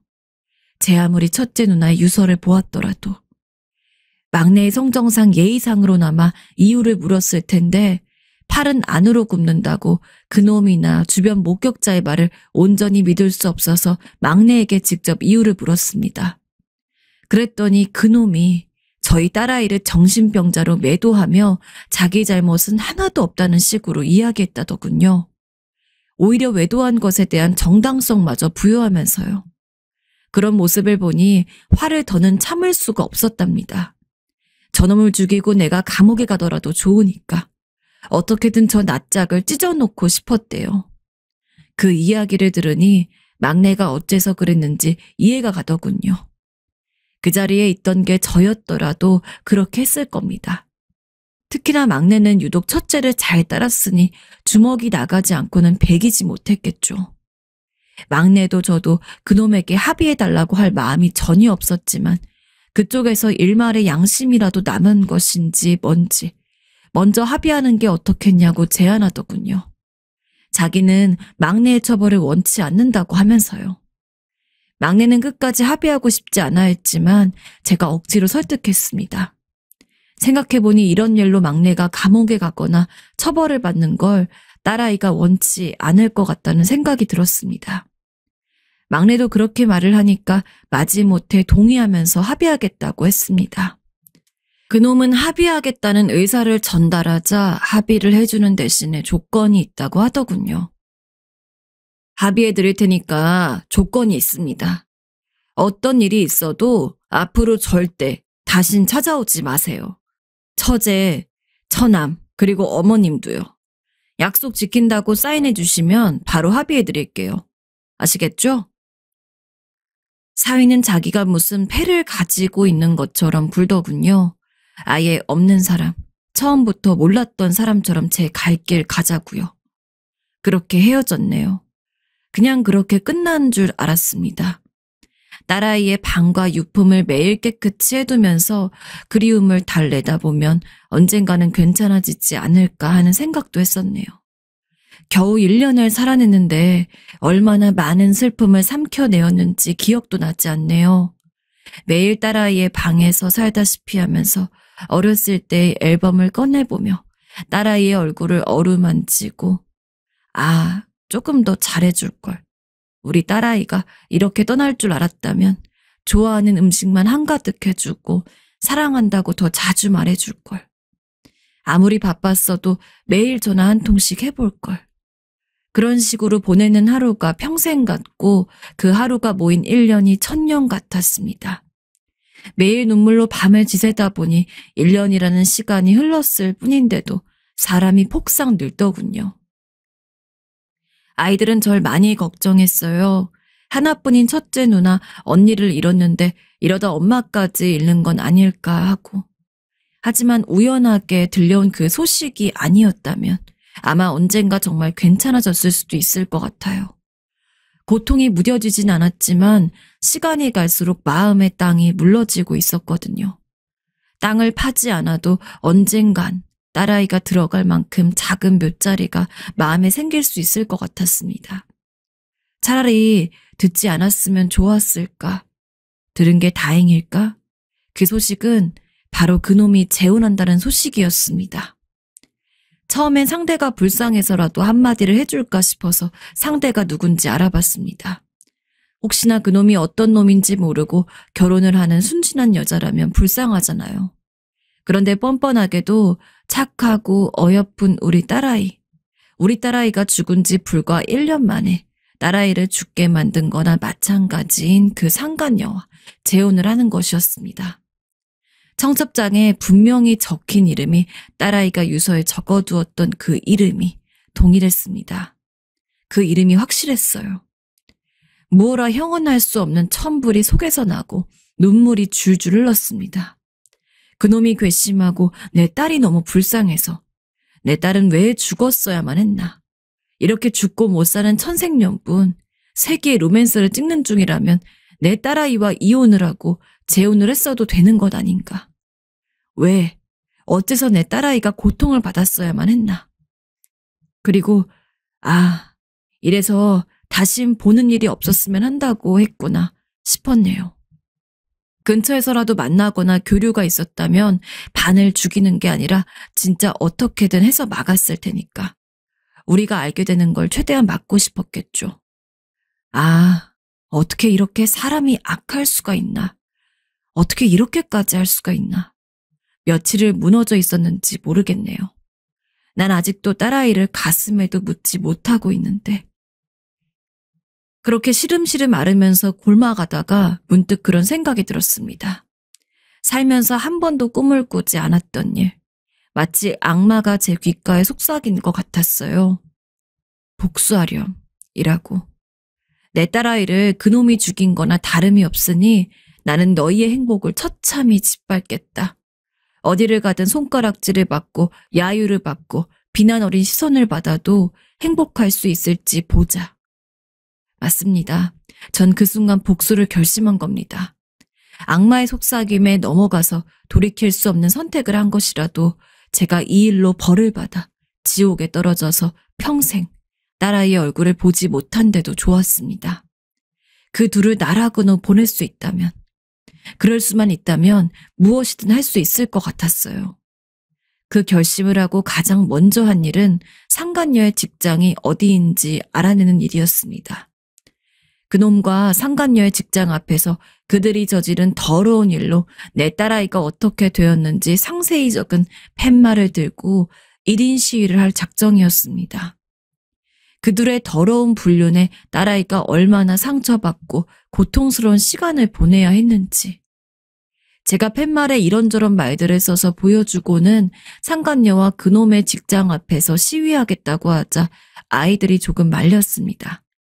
그놈이 어떻게 나올지도 모르고 위험할 수도 있다고요. 하지만 결국 제 고집을 꺾지는 못했습니다. 우리가 제 결혼 소식을 아는지도 모르고 살인자 주제에 행복해지겠다는 그놈을 어떻게든 하고 싶다는 제 의지가 너무 확고했거든요. 전 일단 그놈의 회사 앞에 가서 1인 시위를 시작했습니다. 그 회사에 다니는 사람들도 길을 지나다니는 사람들도 아니 세상 사람들의 모두가 그놈이 살인자나 다름이 없는 사람인 걸 알아주었으면 했습니다.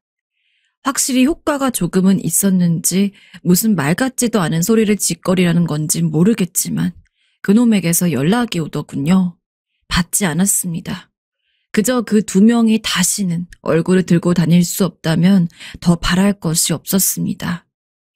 어느 날은 휴대전화에 불이 난 것처럼 그놈에게 연락이 오길래 정말 창피했나 보다 생각하고 상간녀의 가게 앞에서 1인 시위를 시작했습니다.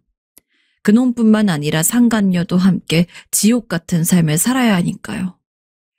하루, 이틀, 닷새, 일주일. 날씨가 굳든 좋든 한결같이 상간녀의 가게 앞에서 시위했던 것 같네요. 상간녀의 가게 주변 사람들도 알게 되니 한동안 상간녀가 가게 문을 닫았던 일도 있었습니다. 시위는 상관없이 계속되었고요. 그렇게 계속 있으려는데 제게 고소장이 날아왔습니다. 고소한 사람은 그놈이었습니다. 아주 뻔뻔하게 그지없는 인간. 제게 붙은 죄목은 명예훼손이더군요. 훼손당할 명예가 있기나 했던 건지 기가 찰 만큼 어이가 없었습니다. 남에게 고소를 당한 것은 처음이라 어떻게 대처해야 할지 감이 잡히지 않았습니다. 고소장이 날아온 지 사흘 정도 되었는데 지금까지도 가장 좋은 대처 방법이 무엇일지 당황스럽기만 하네요. 한 가지 확실한 것은 시간을 돌려서 시위하기 전으로 돌아간다고 하더라도 전 같은 선택을 할 것이라는 겁니다.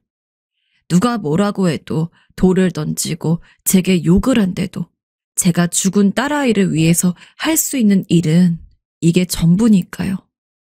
무언가 하나라도 해줄 수 있는 게 남아있다면 그것을 해주는 게 엄마라는 존재 아닐까요? 전 그렇게 생각합니다. 그런데 제게 고소장이 날아온 것을 보고 아이들이 그러더군요. 엄마, 이제 그만하세요. 그 정도면 엄마가 할 수 있는 일은 다 하셨어요. 엄마, 산 사람도 살아야죠. 엄마, 우리 이제 언니 편안하게 보내줘요. 언니도 하늘에서 그걸 바라고 있을 거예요. 둘째야, 누나 말이 맞아요, 엄마. 엄마는 충분히 애쓰셨어요. 그러니까 이만하세요. 누나도 엄마가 이러기를 바라지 않을 거예요. 매일 힘들게, 추우면 춥게, 더우면 덥게. 이러다가 쓰러지시면 큰일이에요. 셋째, 너도 왜 그래? 엄마가 할 수 있는 일이 이런 것밖에 없는 거 알잖아. 엄마가 너희 첫째 언니, 첫째 누나 살아있을 때 아무런 도움도 되어주질 못했잖니. 이제 그만 첫째 딸아이를 마음에 묻고 그런 쓰레기 같은 새끼는 있는 게 어떠냐며. 하지만 어떤 어미가 자기 딸을 해한 인간을 잊을 수 있나요? 불구덩이로 같이 들어가서 고통받더라도 어떻게든 그 인간을 밑바닥으로 끌어내리고 싶은 게 어미의 마음인데. 그런데 또 한편으로는 아이들의 마음도 이해가 갔습니다. 하루하루 폭삭 늙어가는 저를 보면서 엄마마저 잃을 순 없다는 마음이었겠죠. 딸아이가 원치 않을 거라는 말 또한 너무나 와닿았습니다. 마음씨 고운 딸아이는 제가 이렇게 아프면서까지 그놈들을 끌어내리는 걸 원치 않겠죠. 제가 막내가 합의하도록 했을 때 했던 말을 이젠 제가 듣고 있네요. 복수에 눈이 멀어서 앞만 보고 달려갔던 것 같기도 합니다. 정말 저는 할 만큼 한 걸까요? 고소장이 날아온 건 어떻게 대처해야 할까요? 만약 여러분이 제 상황이라면 어떻게 하셨을 것 같나요? 자식들을 제 마음대로 키울 수 있으면 얼마나 좋겠냐만 그렇지가 않더라고요. 적어도 어느 시기까지는 부모가 원하는 대로 가주는 것 같다가도 어느 순간부터 자기의 의견이 굳건해지면서 부모가 그것을 인정해 주길 바라는 것 같아요. 물론 그것도 맞는 말이지만 우리 집 아이들은 어쩜 이렇게 다 제각각이라서 저를 쉴 수 없게 하는 걸까요? 한창 조론이란 말이 있듯이 저도 가끔은 졸모라는 것을 꿈꿔보았던 것 같아요. 근데 그것도 왠지 팔자 좋은 엄마들이나 해볼 수 있는 게 아닌가 싶어요. 저희 집은 제가 제일 예뻐라 했던 막내 아들부터 얼마나 제 속을 썩였는지 아들이 벌인 일 때문에 남편과 보통 부부싸움을 한 게 아니었어요. 한창 사업이네 뭐네 한다면서 그렇게 일을 벌려대고 번듯하게 대학을 졸업해놓고는 제대로 된 직장 없이 살아가는 모습을 보면서 속이 너무 끓어올랐어요. 영민아, 그만하고 너도 이제 취직해야지. 형들보다 좋은 데 가겠다고 그렇게 힘써놓고 몇 년째 집에서 그냥 있는 거야? 엄마, 나도 다 생각이 있어. 걱정하지 말라니까? 그리고 내가 전에 말한 사업 있잖아. 생각해봤어? 엄마가 돈 보태주면 나 정말 잘할 수 있겠는데. 이렇게 말하면서 막내는 막내답게 애교를 부리는데 그런 아들에게 또 넘어가기 싫어 무척 완고하게 전 할 말을 했던 것 같아요. 아무리 그래도 이번엔 보태줄 돈 없다. 형들은 다 자리 잡고 각자 살 길 찾았는데 나이 차이가 좀 난다고 해도 그렇지. 어떻게 아직도 직장이 없어. 네가 알아서 해. 아이, 정말. 하지만 막내는 맨날 친구들이랑 몰려다니면서 술이나 마시러 다니고 그러면서 웬 사업 계획을 잔뜩 들고 와서 저랑 남편을 어떻게든 설득시키려고 하더군요. 초반에는 저희도 조금씩 지원을 했지만 그런 상태로 몇 년씩 길어지다 보니까 너무 답답하고 한숨이 나오더라고요. 남편도 슬슬 저에게 한마디씩 하기 시작했고요. 당신이 자꾸 영민이를 애기 마냥 업어 키우려 드니까 저 녀석이 아직도 저 모양인 거야. 돈이 어디서 그렇게 나온다고 자꾸 갖다 줘? 계속 그러면 당신이고 뭐고 영민이랑 다 쫓아낼 테니 정신 차려.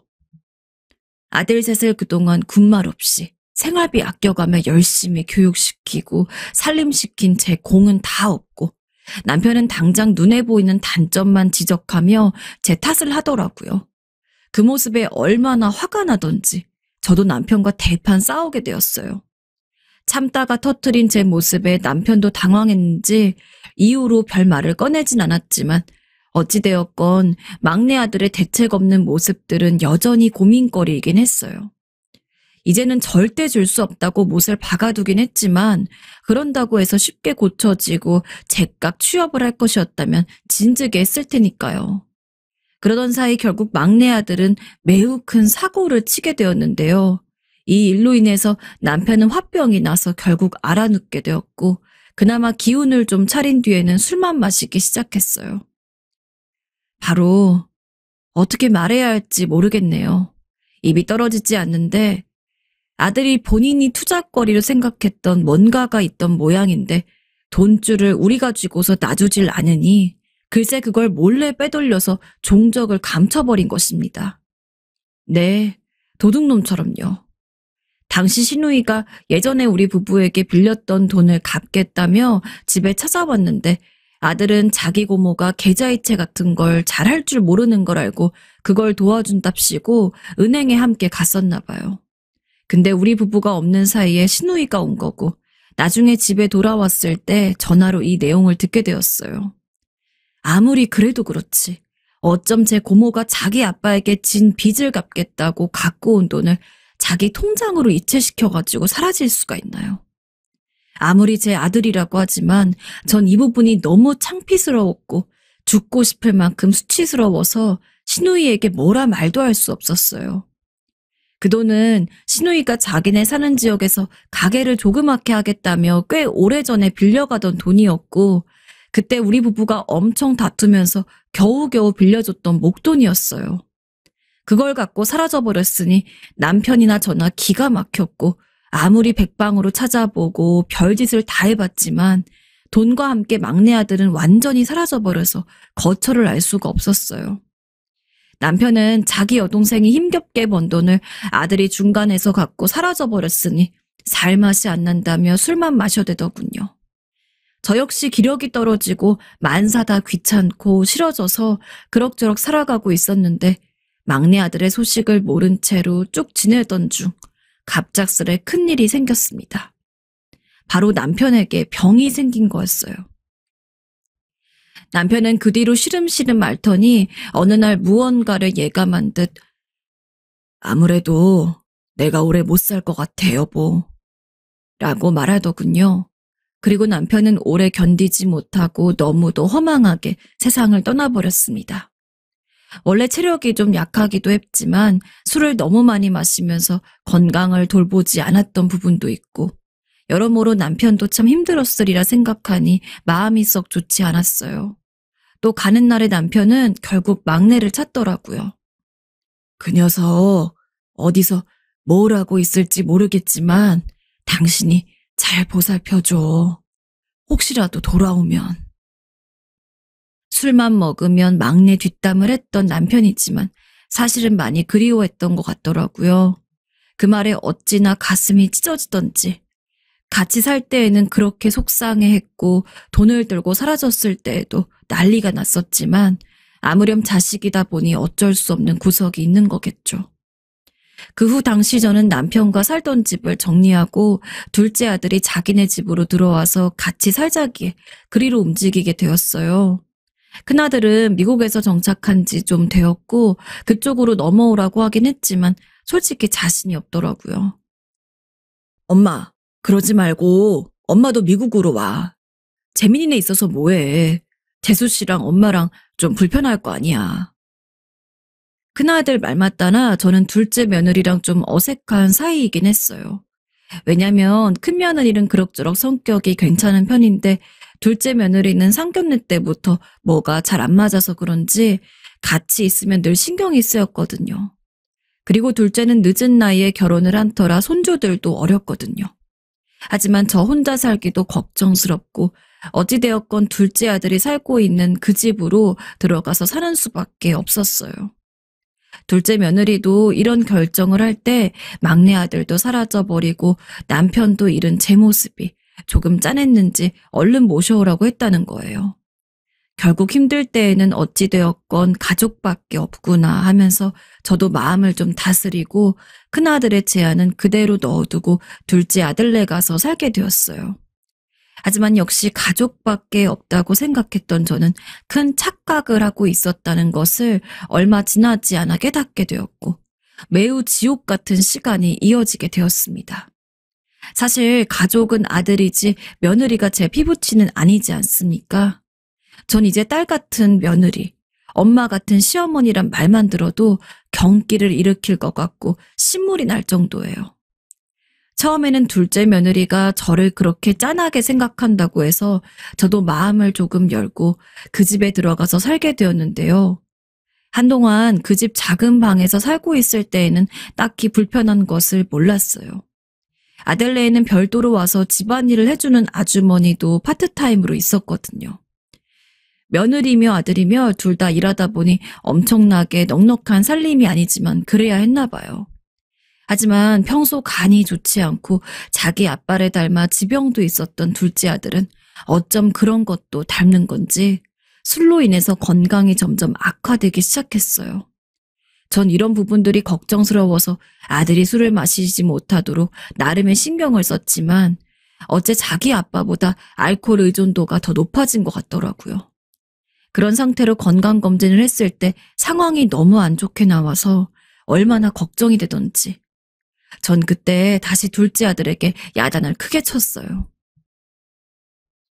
너까지 이런 식이면 엄마는 어떻게 살라는 거야? 네 아버지도 그놈의 술 때문에 건강 나빠져서 더 살 수도 있었는데 먼저 간 거 아니냐? 영민이도 소식 끊고 사라져서 없고 엄마한테는 너랑 니네 형뿐인데 계속 이렇게 살 거야? 제발 정신 좀 차리고 술 좀 그만 마셔라. 이러다 네 애미가 먼저 죽겠다. 알겠어요, 엄마. 온갖 분노가 들끓는 가슴으로 아들에게 얼마나 야단을 쳤는지 몰라요. 그때부터 아들은 느낀 게 좀 있었는지 자제를 하긴 했지만 건강 상태는 이미 최악이었고 이후로 검사를 받을 때마다 절망적인 이야기를 듣게 되었어요. 하다 복이 없어도 그렇지. 어쩌면 나 같은 여자도 있을까. 정말 하늘이 야속할 정도로 가슴이 아팠어요. 자기 남편이 이렇게 위독한 상태이다 보니 며느리도 보통 예민해지는 게 아니었고 손주들도 점점 집 분위기를 불편해하더라고요. 이렇게 마음고생하고 살 줄 알았더라면 차라리 혼자 작은 집으로 줄여서 이 근처에서 살 것을 뭐하러 들어와서 같이 살면서 이렇게 갑갑하게 아들 부부 사이 신경을 써야 하는지 너무 갑갑했어요. 하지만 이런 후회를 하고 있는 것도 사치스러울 정도로 말도 안 되는 일이 일어났습니다. 새벽녘에 가슴이 아프다면서 갑작스럽게 응급실에 실려간 둘째 아들은 그렇게 눈을 감아버리게 된 것이었습니다. 남편을 보내고 꽤 시간이 흐르긴 했지만 저는 제 자식을 이렇게 먼저 보낼 일이 있을 것이라고 조금도 상상해보지 못했어요. 그저 제 아빠의 수순을 따르는 게 안타까웠을 뿐 그 시기가 이렇게 빠를 줄은 몰랐단 말입니다. 그런데 자식을 먼저 보내야 하다니 제 심정을 누가 알 수 있을까요? 멀리 미국에서 큰아들이 들어와 비통한 표정으로 함께 장례를 치렀고 전 한동안 그냥 완전히 발이 묶인 상태로 아무것도 할 수가 없었어요. 어쩜 이렇게 사는 것이 매섭고 인정사정 없는 것인지. 애들이 어리고 집안 형편이 어려워 남편과 제가 힘들게 살았을 무렵보다 더 인생이 사납게 느껴지더군요. 둘째 아들을 보낸 슬픔에 힘들었지만 어거지로 힘을 내서 손주들을 챙기고 아들의 유품을 정리하며 마음을 힘겹게 다스리고 있던 저에게 며느리는 이상하리만치 급변한 태도를 보이기 시작했어요. 함께 맞벌이를 하며 살아가던 자기 남편을 먼저 보낸 슬픔도 알겠고 당장 생계에 큰 지장이 생긴 것도 알겠습니다. 하지만 일하던 아주머니를 관두게 함과 동시에 그 모든 일을 당연히 저에게 맡기더군요. 그것도 딱히 제대로 된 설명도 하지 않고 말입니다. 어머니, 저 혼자서 얘네들을 어떻게 키워요? 죽기 살기로 일하는 수밖에 없어요. 어머니도 잘 아실 테니 당분간 애들 좀 봐주세요. 아줌마도 쓸 수 없는 형편이라 저와 어머니 둘이 으쌰으쌰 하면서 힘내보는 수밖에 없어요. 말은 이렇게 번지르르하게 했어도 막상 퇴근해서 들어온 며느리의 태도는 보통 저를 심란하게 하는 것이 아니었어요.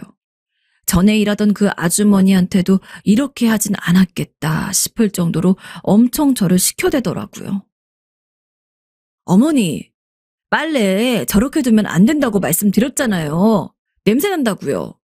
그리고 여기 반찬 여름이라 금방 식는데 이렇게 내놓으시면 어떡해요? 어머, 이거 봐봐. 애들 둘 다 알러지 있어서 아무렇게나 막 먹이시면 안 돼요. 제가 적어놓고 갔는데 좀 제대로 읽으셨어요? 얘네 잘못 먹고 쓰러져서 응급실 가면 어쩌려고 그러세요? 듣자 하니 완전히 저를 가르치는 것도 모자라 야단치듯 말하는데 전 제가 이렇게 나서서 같이 살림을 하자고 의견을 낸 적도 제안을 받아본 적도 없었어요.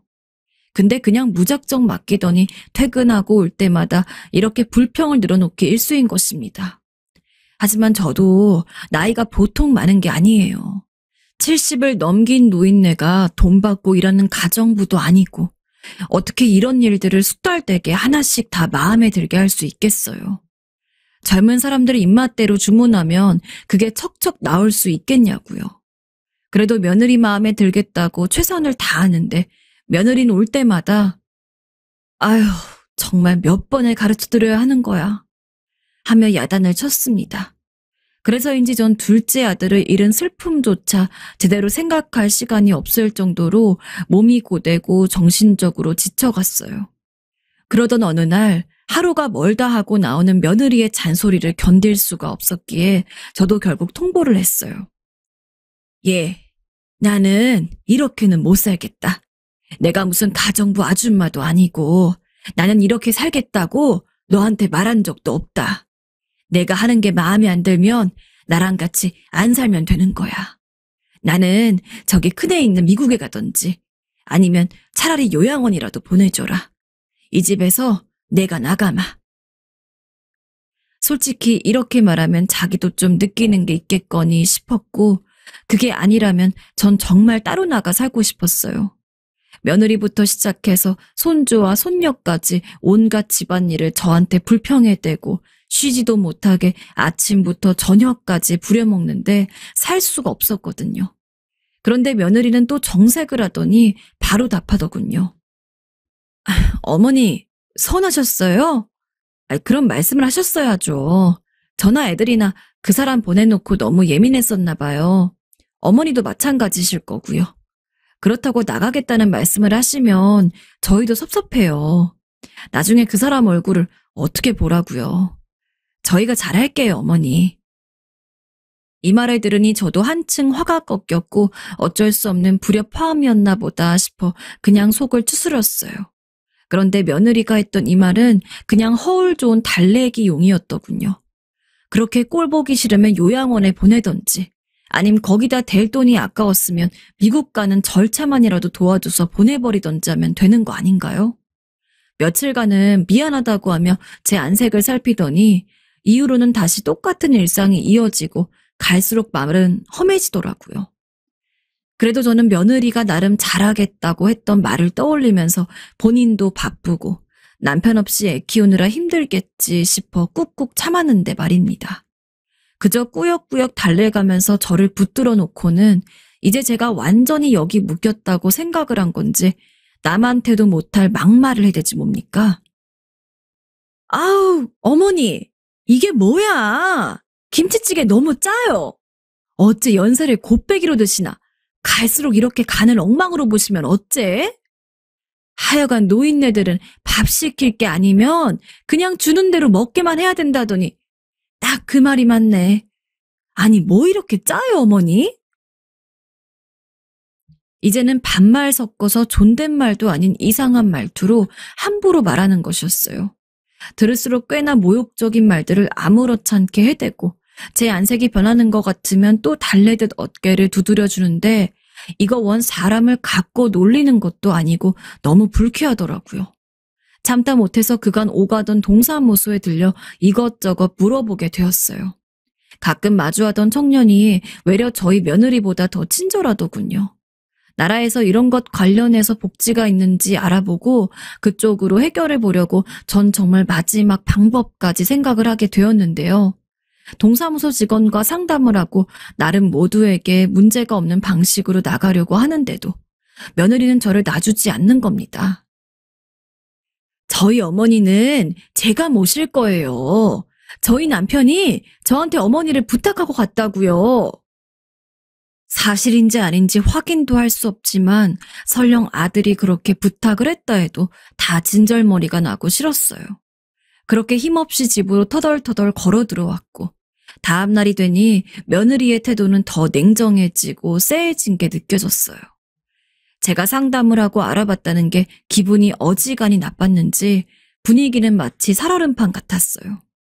왠지 모르게 주눅이 들고 눈치가 보여 말도 붙일 수 없었고 마침 휴일이기도 해서 종일 며느리와 붙어있는 게 너무 불편하더라고요. 그런 와중에 며느리는 저랑 부엌에서 잠깐 비껴가는 사이 그때를 놓치지 않고 잔소리를 퍼붓기 시작했습니다. 하여간에 일은 지지리도 못하면서 뭔 놈의 불만은 그렇게 많아가지고 여기저기 떠벌리고 다니면서 일을 만들어? 노인네가 돼가지고 자기 자식도 아닌 며느리가 데리고 살아준다면 입 다물고 조용히 살 것이지.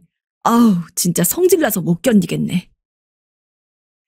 결국 저도 입을 열 수밖에 없는 상황이 돼버렸고 눈에 불을 켜고 화내는 며느리가 무서웠지만 못 견뎌서 소리를 쳤습니다. 너 보자 하니 말버릇이 그게 뭐냐? 내가 너보다 아랫사람도 아니고 어떻게 나한테 그럴 수가 있니? 아들 죽었다고 지금 나 무시하는 게야? 그러자 며느린 코웃음을 치면서 소리를 뻑뻑 질러댔는데 듣는 제가 다 목이 아프게 느껴질 정도로 아주 생목을 다 긁어서 내뱉더라고요. 말버릇? 어이구, 이 노인네가 진짜 오냐오냐 하니까 주제를 모르네. 정신을 어디로 처먹고 하는 소리야? 여기저기 일러 바치면서 아주 그냥 신이 나셨어. 집안꼴 아주 잘 돌아간다, 잘 돌아가. 그러면서 눈이 완전 삐죽 올라가서 고함을 내지르는데 말을 얼마나 힘주어서 하는지 소름이 다 돋고 머리카락이 쭉 뼛서더라고요. 자기 아들도 죽고 없는데 며느리가 데리고 살아준다면 고마운 줄 알아야지. 이 노친네가, 나 같은 며느리가 이 세상에 어딨어? 고마운 줄도 모르고 참네. 이성을 잃은 것처럼 저를 노려보는데 당장이라도 저에게 손이라도 될까봐 순간 겁이 나서 숨이 가빠졌어요. 그대로 밀치거나 때리는 게 전혀 불가능해 보이지가 않아서 너무 무서웠습니다. 완전히 기에 눌려서 숨도 내쉬지 못하고 참고 있는데 그 순간 갑자기 현관문이 거세게 열리더니 누가 벌컥벌컥 들어오더군요. 아마도 손주인 것 같아서 굳이 내다보지 않았는데 갑자기 이쪽으로 성큼성큼 속도를 내더니 그대로 날카롭게 주변을 찢는 비명소리가 났습니다. 어머! 난데없는 며느리의 비명소리에 놀라 눈을 들어보니 글쎄 이게 대체 누구란 말입니까? 분노를 삭히지 못하고 씩씩거리는 덩치 큰 사람은 손주가 아니라 얼마 만에 얼굴을 보는지도 당장 떠오르지 않는 제 막내 아들이었습니다. 지금에 와서 겨우 생각해보면 겉은 20년 훌쩍 넘어 다 되어 본 것이고 얼굴도 좀 변해 있고 체격도 약간 달라져서 하마터면 못 알아볼 뻔했어요. 그렇게 간절히 찾아도 만날 수 없고 자기 아빠 장례에도 당연히 나타나지 않았으며 자기 둘째 형이 먼저 하늘로 간 건 알고나 있는지 가끔 떠올렸던 우리 막내 아들. 돈이고 뭐고 다 되었으니 제발 생사만이라도 알 수 있었으면 하고 가끔씩 잠결에 울며 생각했던 그 아들이 눈앞에서 벌벌 떨며 숨을 내쉬고 있었어요. 형수님, 지금 뭐 하시는 거예요?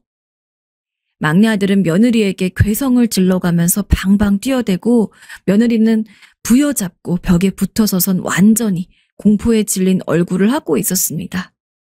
상황이 도대체 어찌 가는지 알 수가 없었지만 바로 옆에 있는 뭐라도 집어서 던질 듯한 아들의 기세에 놀라 그저 허리춤을 잡고 말리게 되었어요. 며느리는 그대로 주저앉아 아들 발밑에 무릎을 꿇고 연신 빌어대는데 이걸 어디서부터 이해하는 걸까요?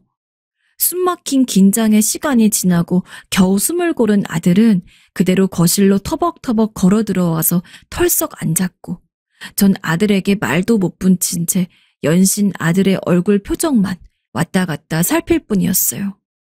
여전히 아들은 눈에 살기를 띠고 며느리를 노려보고 있었으며 며느린 제대로 아들의 눈도 쳐다보지 못하고 죄인처럼 고개를 수그리고 있었고요. 아들은 겨우 저를 보고 말을 한마디씩 있는데 갑작스레 들어닥친 그 존재감만큼 내용은 너무 충격적인 데다가 가슴이 아려와서 눈물이 흐르더군요.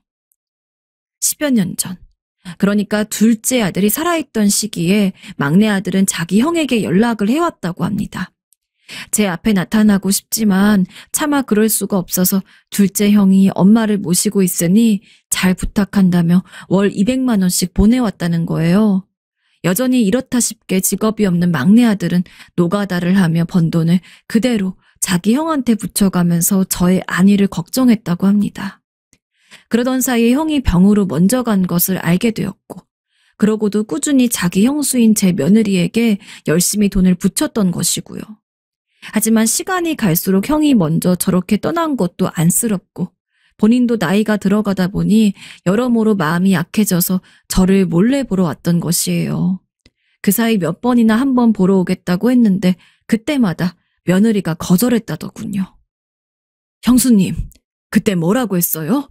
우리 엄마가 나보면 너무 놀라고 충격받아서 쓰러질 것 같다지 않았어요? 그러니 몇 년만 더 참고 나중에 나타나라면서요. 만약 그랬으면 그동안 우리 엄마한테 뭔 짓거리를 하려고 그런 거예요? 네? 대답해 보세요. 지금 이 상황이 말이 되는 상황입니까? 이렇게 되니 상황이 어떻게 돌아가고 있었는지 알겠더군요. 막내 아들이 10여 년간 달마다 꾸준히 보내오는 200만 원을 챙기기 위해 며느린 저를 요양원이니 나라에서 해주는 복지니 다 거절하고 저를 붙잡고 있던 것이에요. 그저 순진하게 자기 형수 말만 믿고 있던 아들은 참아보겠노라 다짐했다가도 근처 와서 제가 살고 있는 모양새라도 좀 보고 싶어 들렸고, 문을 대충 열고 나가버린 손주 때문에 틈새로 집안을 지켜보다가 놀라서 뛰어 들어온 것이었어요. 정말 그대로 죽으란 법은 없는 건지 이때 막내 아들, 하다못해 옆집 사람들이라도 중간에 들어오지 않았다면 며느리가 저에게 어떤 물리적인 행동을 했을지 상상도 안 가요. 그렇게 막말을 하고 이제는 반말 섞인 욕짓거리까지 하며 분풀이용으로 저를 대하고 있었으니까요. 참 슬픈 건 저도 이런 상황에 어느새 적응이 되어 왔고 점점 그 자극이 거세질 뿐 이 생활을 제대로 벗어날 궁리도 하지 못했다는 거예요. 그나마 정말 기적같이 그때 막내 아들과의 만남이 없었다면 이후의 일들은 잠깐 눈을 감고 떠올려 보기도 겁이 납니다.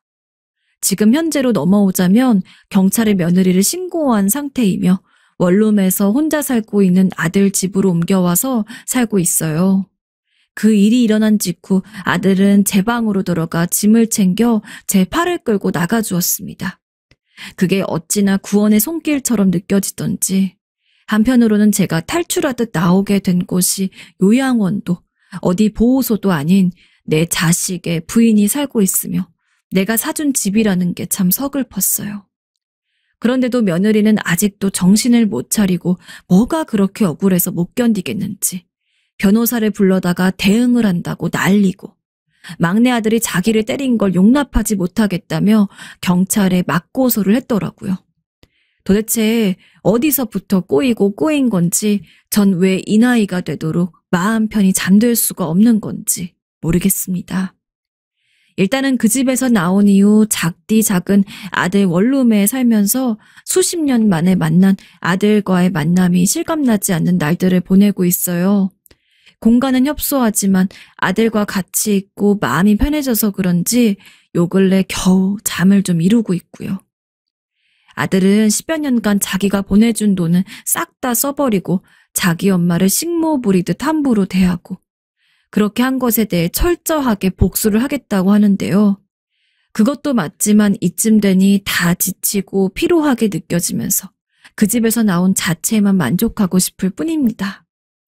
단 아쉬운 게 있다면 아들이 돈을 둘째에게 보내지 않았다면 이 원룸 같은 곳보다는 더 좋은 곳에서 생활할 텐데 괜히 저 때문에 막내가 초라하게 사는 건 아닌지 부모로서 가슴이 아프네요. 그저 지금은 막내 아들과 함께 있으면서 마음이라도 편히 아들 밥이나 챙겨주며 하루를 보내고 있는 게 가장 좋거든요. 이제 더 이상 피곤한 분쟁은 싫고 제가 화병이 나고 우울증에 걸릴 것 같아요. 이대로 그냥 살아가면 안 되는 것일까요?